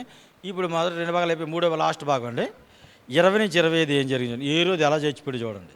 ఇప్పుడు యాకోబుని చంపించిన హేరోదు ఎలా చచ్చిపోయాడు, దేవుడు ఎలా మొత్తాడో చూడండి. అక్కడ మీకు అంతా కాకుండా ఈయన హేరోదు రాజవస్త్రాలు ధరించుకొని కైసరులో, ఇది ఎక్కడ జరుగుతుందంటే 21 నుంచి చూడండి. 21 నియమింపబడిన దినమందు హేరోదు రాజవస్త్రం ధరించుకుని న్యాయపీఠ మీద కూర్చుండి వారి ఎదుటి ఉపన్యాసం చేయగా జనులు ఇది దైవస్వరమే కానీ మానస్వరం కాదని కేకలు వేసిరి. అతడు దేవుని మహిమపరచనందున వెంటనే ప్రభుదూత అతను మొత్తిన గనుక పురుగులు పడి ప్రాణం విడిచెను. ఏమయ్యాడండి ఈయన? పురుగులు పడి ప్రాణం. ఎక్కడ ఇది? కైసరులో హేరోదు మందిరం ఉంటుంది. ఈ కైసరులో ఈయన ఏం చేశాడంటే ప్రసంగం చేశాడు. ప్రసంగం చేసేటప్పుడు ఇందాక మనం చూసారు 8 అధ్యాయంలో గాడివాడిని ఏమన్నారు ప్రజలు? దేవుడి మహాశక్తి అంటే ఈయనే చెప్తున్నాను కదా. ప్రజలు ఎలా అంటారంటే ఏది దేవునాత్మ ఏది దయ్యమాత్మ పరిశీలన చేసుకోవడం పాపం ప్రజలు తెలియట్లేదు. ఏది దేవుడో ఏది దయ్యమో గమనించుకోలేకపోతున్నారు. కాబట్టి ఎవరు మాట్లాడి ఎవడైనా ఏదైనా ఒక సూచక్రియ చేశాడా, ఇక ఈడే దేవుడే అండి. మనం చూసాం కదా అపోస్తలుగా. ఇంకా తర్వాత చూస్తాం అపోస్తలుగా 14 లుస్త్రాలో కూడా పౌలు బర్నబాని ఎవరు బాబు దేవదూతలు అంటే వీళ్ళని ఇంకా వాళ్ళకి సన్మానాలు కూడా చేయడానికి వెళ్ళిపోతారు. ఓకే, ఇప్పుడు ఈయన కాబట్టి దేవుని మహింపరచాలన్నది అర్థమైంది. ఈ విధంగా ఈయన చంపబడ్డాడు. ఇప్పుడు అందుకే ఎప్పుడైనా మనం చాలా జాగ్రత్తగా ఉండాలి. ప్రమాదం ఎక్కడ వచ్చింది ఇప్పుడు ఈయనకి? ఇప్పుడు మహాహేరోదు ఇప్పుడు ఈ హేరోదు చనిపోవడానికి కారణం ఎవరు చెప్పండి, ఆలోచించి కొద్దిగా. ఈ హేరోదు చచ్చిపోవడానికి దేవుడు ఇతను మొత్తడానికి కారణం ఎవరు? మీకేమనిపించింది? యాకోబుని చంపించడం వల్ల అంటారా? అది ఒక కారణం అవ్వచ్చు. ఇంకా పాస్టర్ గారు ఏమో మా మనుషులు అంటారు. ఇంకా పొగడ్డం. మీరు అదే పాస్టర్ గారు చెప్పింది, అది మనుషుల వల్లే. మనుషులు పొగిడారు కనుక దేవుని మహిమపరచనందున అదొక కారణం. మెయిన్ ఏంటంటే ఈ పొగడతలే. ఒక మనిషిని ఎప్పుడైతే బాగా పొగుడుతామో ఆయన పాడైపోతాడు. అందుకే మనుషులు మిమ్మల్ని కొనియాడబడినప్పుడు లోక 6:23 అనుకుంటున్నది రెఫరెన్స్. మనుషులు మిమ్మల్ని కొనియాడినప్పుడు మీకు శ్రమ. ఎవరైతే మిమ్మల్ని పొగుడుతారో మీకు శ్రమలు వచ్చాయని అర్థం. మిమ్మల్ని ఎవరైతే విమర్శిస్తారో మీరు బాగుపడతారని అర్థం. అంతే. మనకంత రివర్స్లో ఉంటుంది మనది. ఎవరైనా మనల్ని పొగిడితే ఆయన అంత మంచోడు ఇంకొక లేడు అంటాం. మనల్ని విమర్శించాడా ఆడ ఇప్పుడే అంతే. నేనంటే నా ముఖం అంటే కెట్టదు ఎప్పుడు నా మీద ప్రసంగం చేస్తాడు నేను ఎప్పుడు కూడా అనుకుంటా. కాబట్టి ఇక్కడ మనకి ఏమర్థమవుతుంది? పొగుడిన వల్ల పాడైపోయాడు, దేవుని మహింపరచలేదు. మరి నేనంటే ఎదుర్కొన్నారు అంత గొప్ప ప్రసంగికి నేను వేసి ఉంటాడు బహుశా సబ్సిడీస్పాట్లు. పాపాలు కూడా కారణమే. ఎందుకంటే యాకోబుని అన్యాయం చంపించేసాడు. అప్పటికి చాలామంది పేతురు చెరసాలను అన్యాయం చేసాడు. ఓకే, ఇక ఆఖరి వచ్చిన చదివి ముగించుకుందాం. ఆఖరి వచ్చిన ఏమో చూడండి, 24, 25 ప్రబలమే వ్యాపించుకుని తర్వాత 25 బర్నబాయు సౌలును తమ పరిచర్య నెరవేర్చిన తరువాత మార్కు అను మారు పేరు గల యోహాను వెంటబెట్టుకొని యెరూషలేము నుండి తిరిగి వచ్చిరి. ఎక్కడికి వచ్చిరి? యెరూషలేము నుండి తిరిగి వచ్చారు. ఇప్పుడు ఎక్కడున్నారు పౌలు, బర్నబా, మార్కును?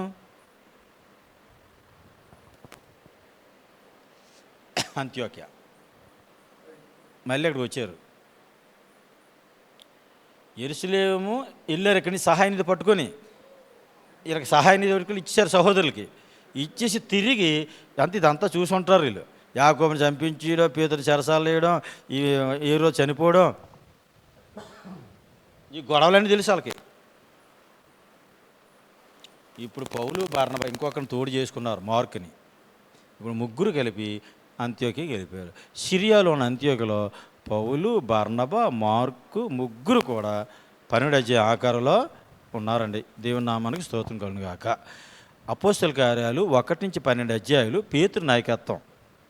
అంటే పేతురు నాయకత్వం గురించి ఇంకా లోక రాసింది అయిపోయింది ఈ అధ్యాయంతో. ఎక్కడి నుంచి పేతురు కనబడ్డాడు, ఇంకెవ్వరు కనబడరు. 13 అధ్యాయం నుంచి ఒక్క పౌలే కనబడతాడు. 13 అధ్యాయం నుంచి 28 అధ్యాయం వరకు కూడా పౌలు చరిత్రే. ఇంతవరకు యోహాను, పేతురుల యొక్క, అపోస్తుల యొక్క అందరు బాగుండేది. మీకు మొదటి డివిజన్ చెప్పాను. 1 నుంచి 12 అధ్యాయాలు పేతురు నాయకత్వం, 13 నుంచి 28 పౌలు నాయకత్వం. అదే స్థలాలు అయితే 1 నుంచి 7 అధ్యాయాలు ఏమో యెరూషలేము, 8 నుంచి 12 అధ్యాయాలు సమరయ, యోదయ ప్రాంతాలు, 13 నుంచి ఏమో 28 వరకు భూదిగంతములు, అంటే మధ్యధరా సముద్రం పైకి వెళ్ళిపోతాం. ఇంకా నెక్స్ట్ మనం 13 నుంచి భూదిగంతముల వరకు. 1 నుంచి 7 యెరూషలేం ప్రాంతం ఆ అధ్యాయులు. 8 అధ్యాయం నుంచి 12 అధ్యాయం వరకు యోదయ, సమరయ ప్రాంతాలు. 13 నుంచి 28 అధ్యాయులు భూదిగంతముల వరకు. అది స్థలాలు. నాయకత్వంలో అయితే 1 నుంచి 12 పేతురు నాయకత్వం, అంటే అపోస్తులలో నాయకుడు పేతురు, అపోస్తుల పరిచయం. 13 అధ్యాయం నుంచి 28 అధ్యాయం పేతురు నాయకత్వం, అంటే పౌలు నాయకత్వం. పౌలు వెనకాతలు ఉన్న టీము పౌలు అనుచరులు. ఇక్కడి నుంచి పౌలు అనుచరులు కనబడతారు మనకి. తిమోతి, తీతు, ఇప్పుడు మన పత్రిక చదివినప్పుడు బోర్డు పేరు చెప్తే పౌలు, అలా అందరూ ఇక్కడే పరిచయం అవుతారు ఈ కార్యక్రమాల్లోనే 13 తర్వాతే. ఇదండి మన అపోస్తల కార్యాలు అర్థం చేసుకునే విధానం. దేవుడు మనకి ఇంతవరకు సహాయం చేసిన దేవునికి వందనాలు. శుభార్త ప్రారంభ యోగం అయిపోయింది. సంఘ ప్రారంభ యోగంలోని 2 భాగాలు కూడా అయిపోయాయి. దేవుని చిత్తమైతే మరి వచ్చే వారం పాస్టర్ గారు సెలవు అడగాలనుకుంటున్నాను. ఆ రోజు నాకు ప్రార్థన ఒకటి తగిలింది. పాస్టర్ గారు పర్మిషన్ ఇస్తే వచ్చే వారం నేను రెస్ట్ తీసుకొని మరల వారం మనం దీన్ని కంటిన్యూ చేసుకుందాం. అది 3వ భాగానికి వెళ్దాం మనం. ఓకే, కృప మన అందరికీ అనుగ్రహించిన కాక దేవుడు ఎంతవరకు సహాయం చేసినందుకు దేవునికి మహిమ. ఆయన నచ్చవలసి ఉంది, మనం తగ్గవలసి ఉంది. దేవుడు మిమ్మల్ని అందరినీ దీవించిన కాక. పాస్టర్ గారు వచ్చి ప్రార్థన చేసి ముగిస్తారు. God bless you.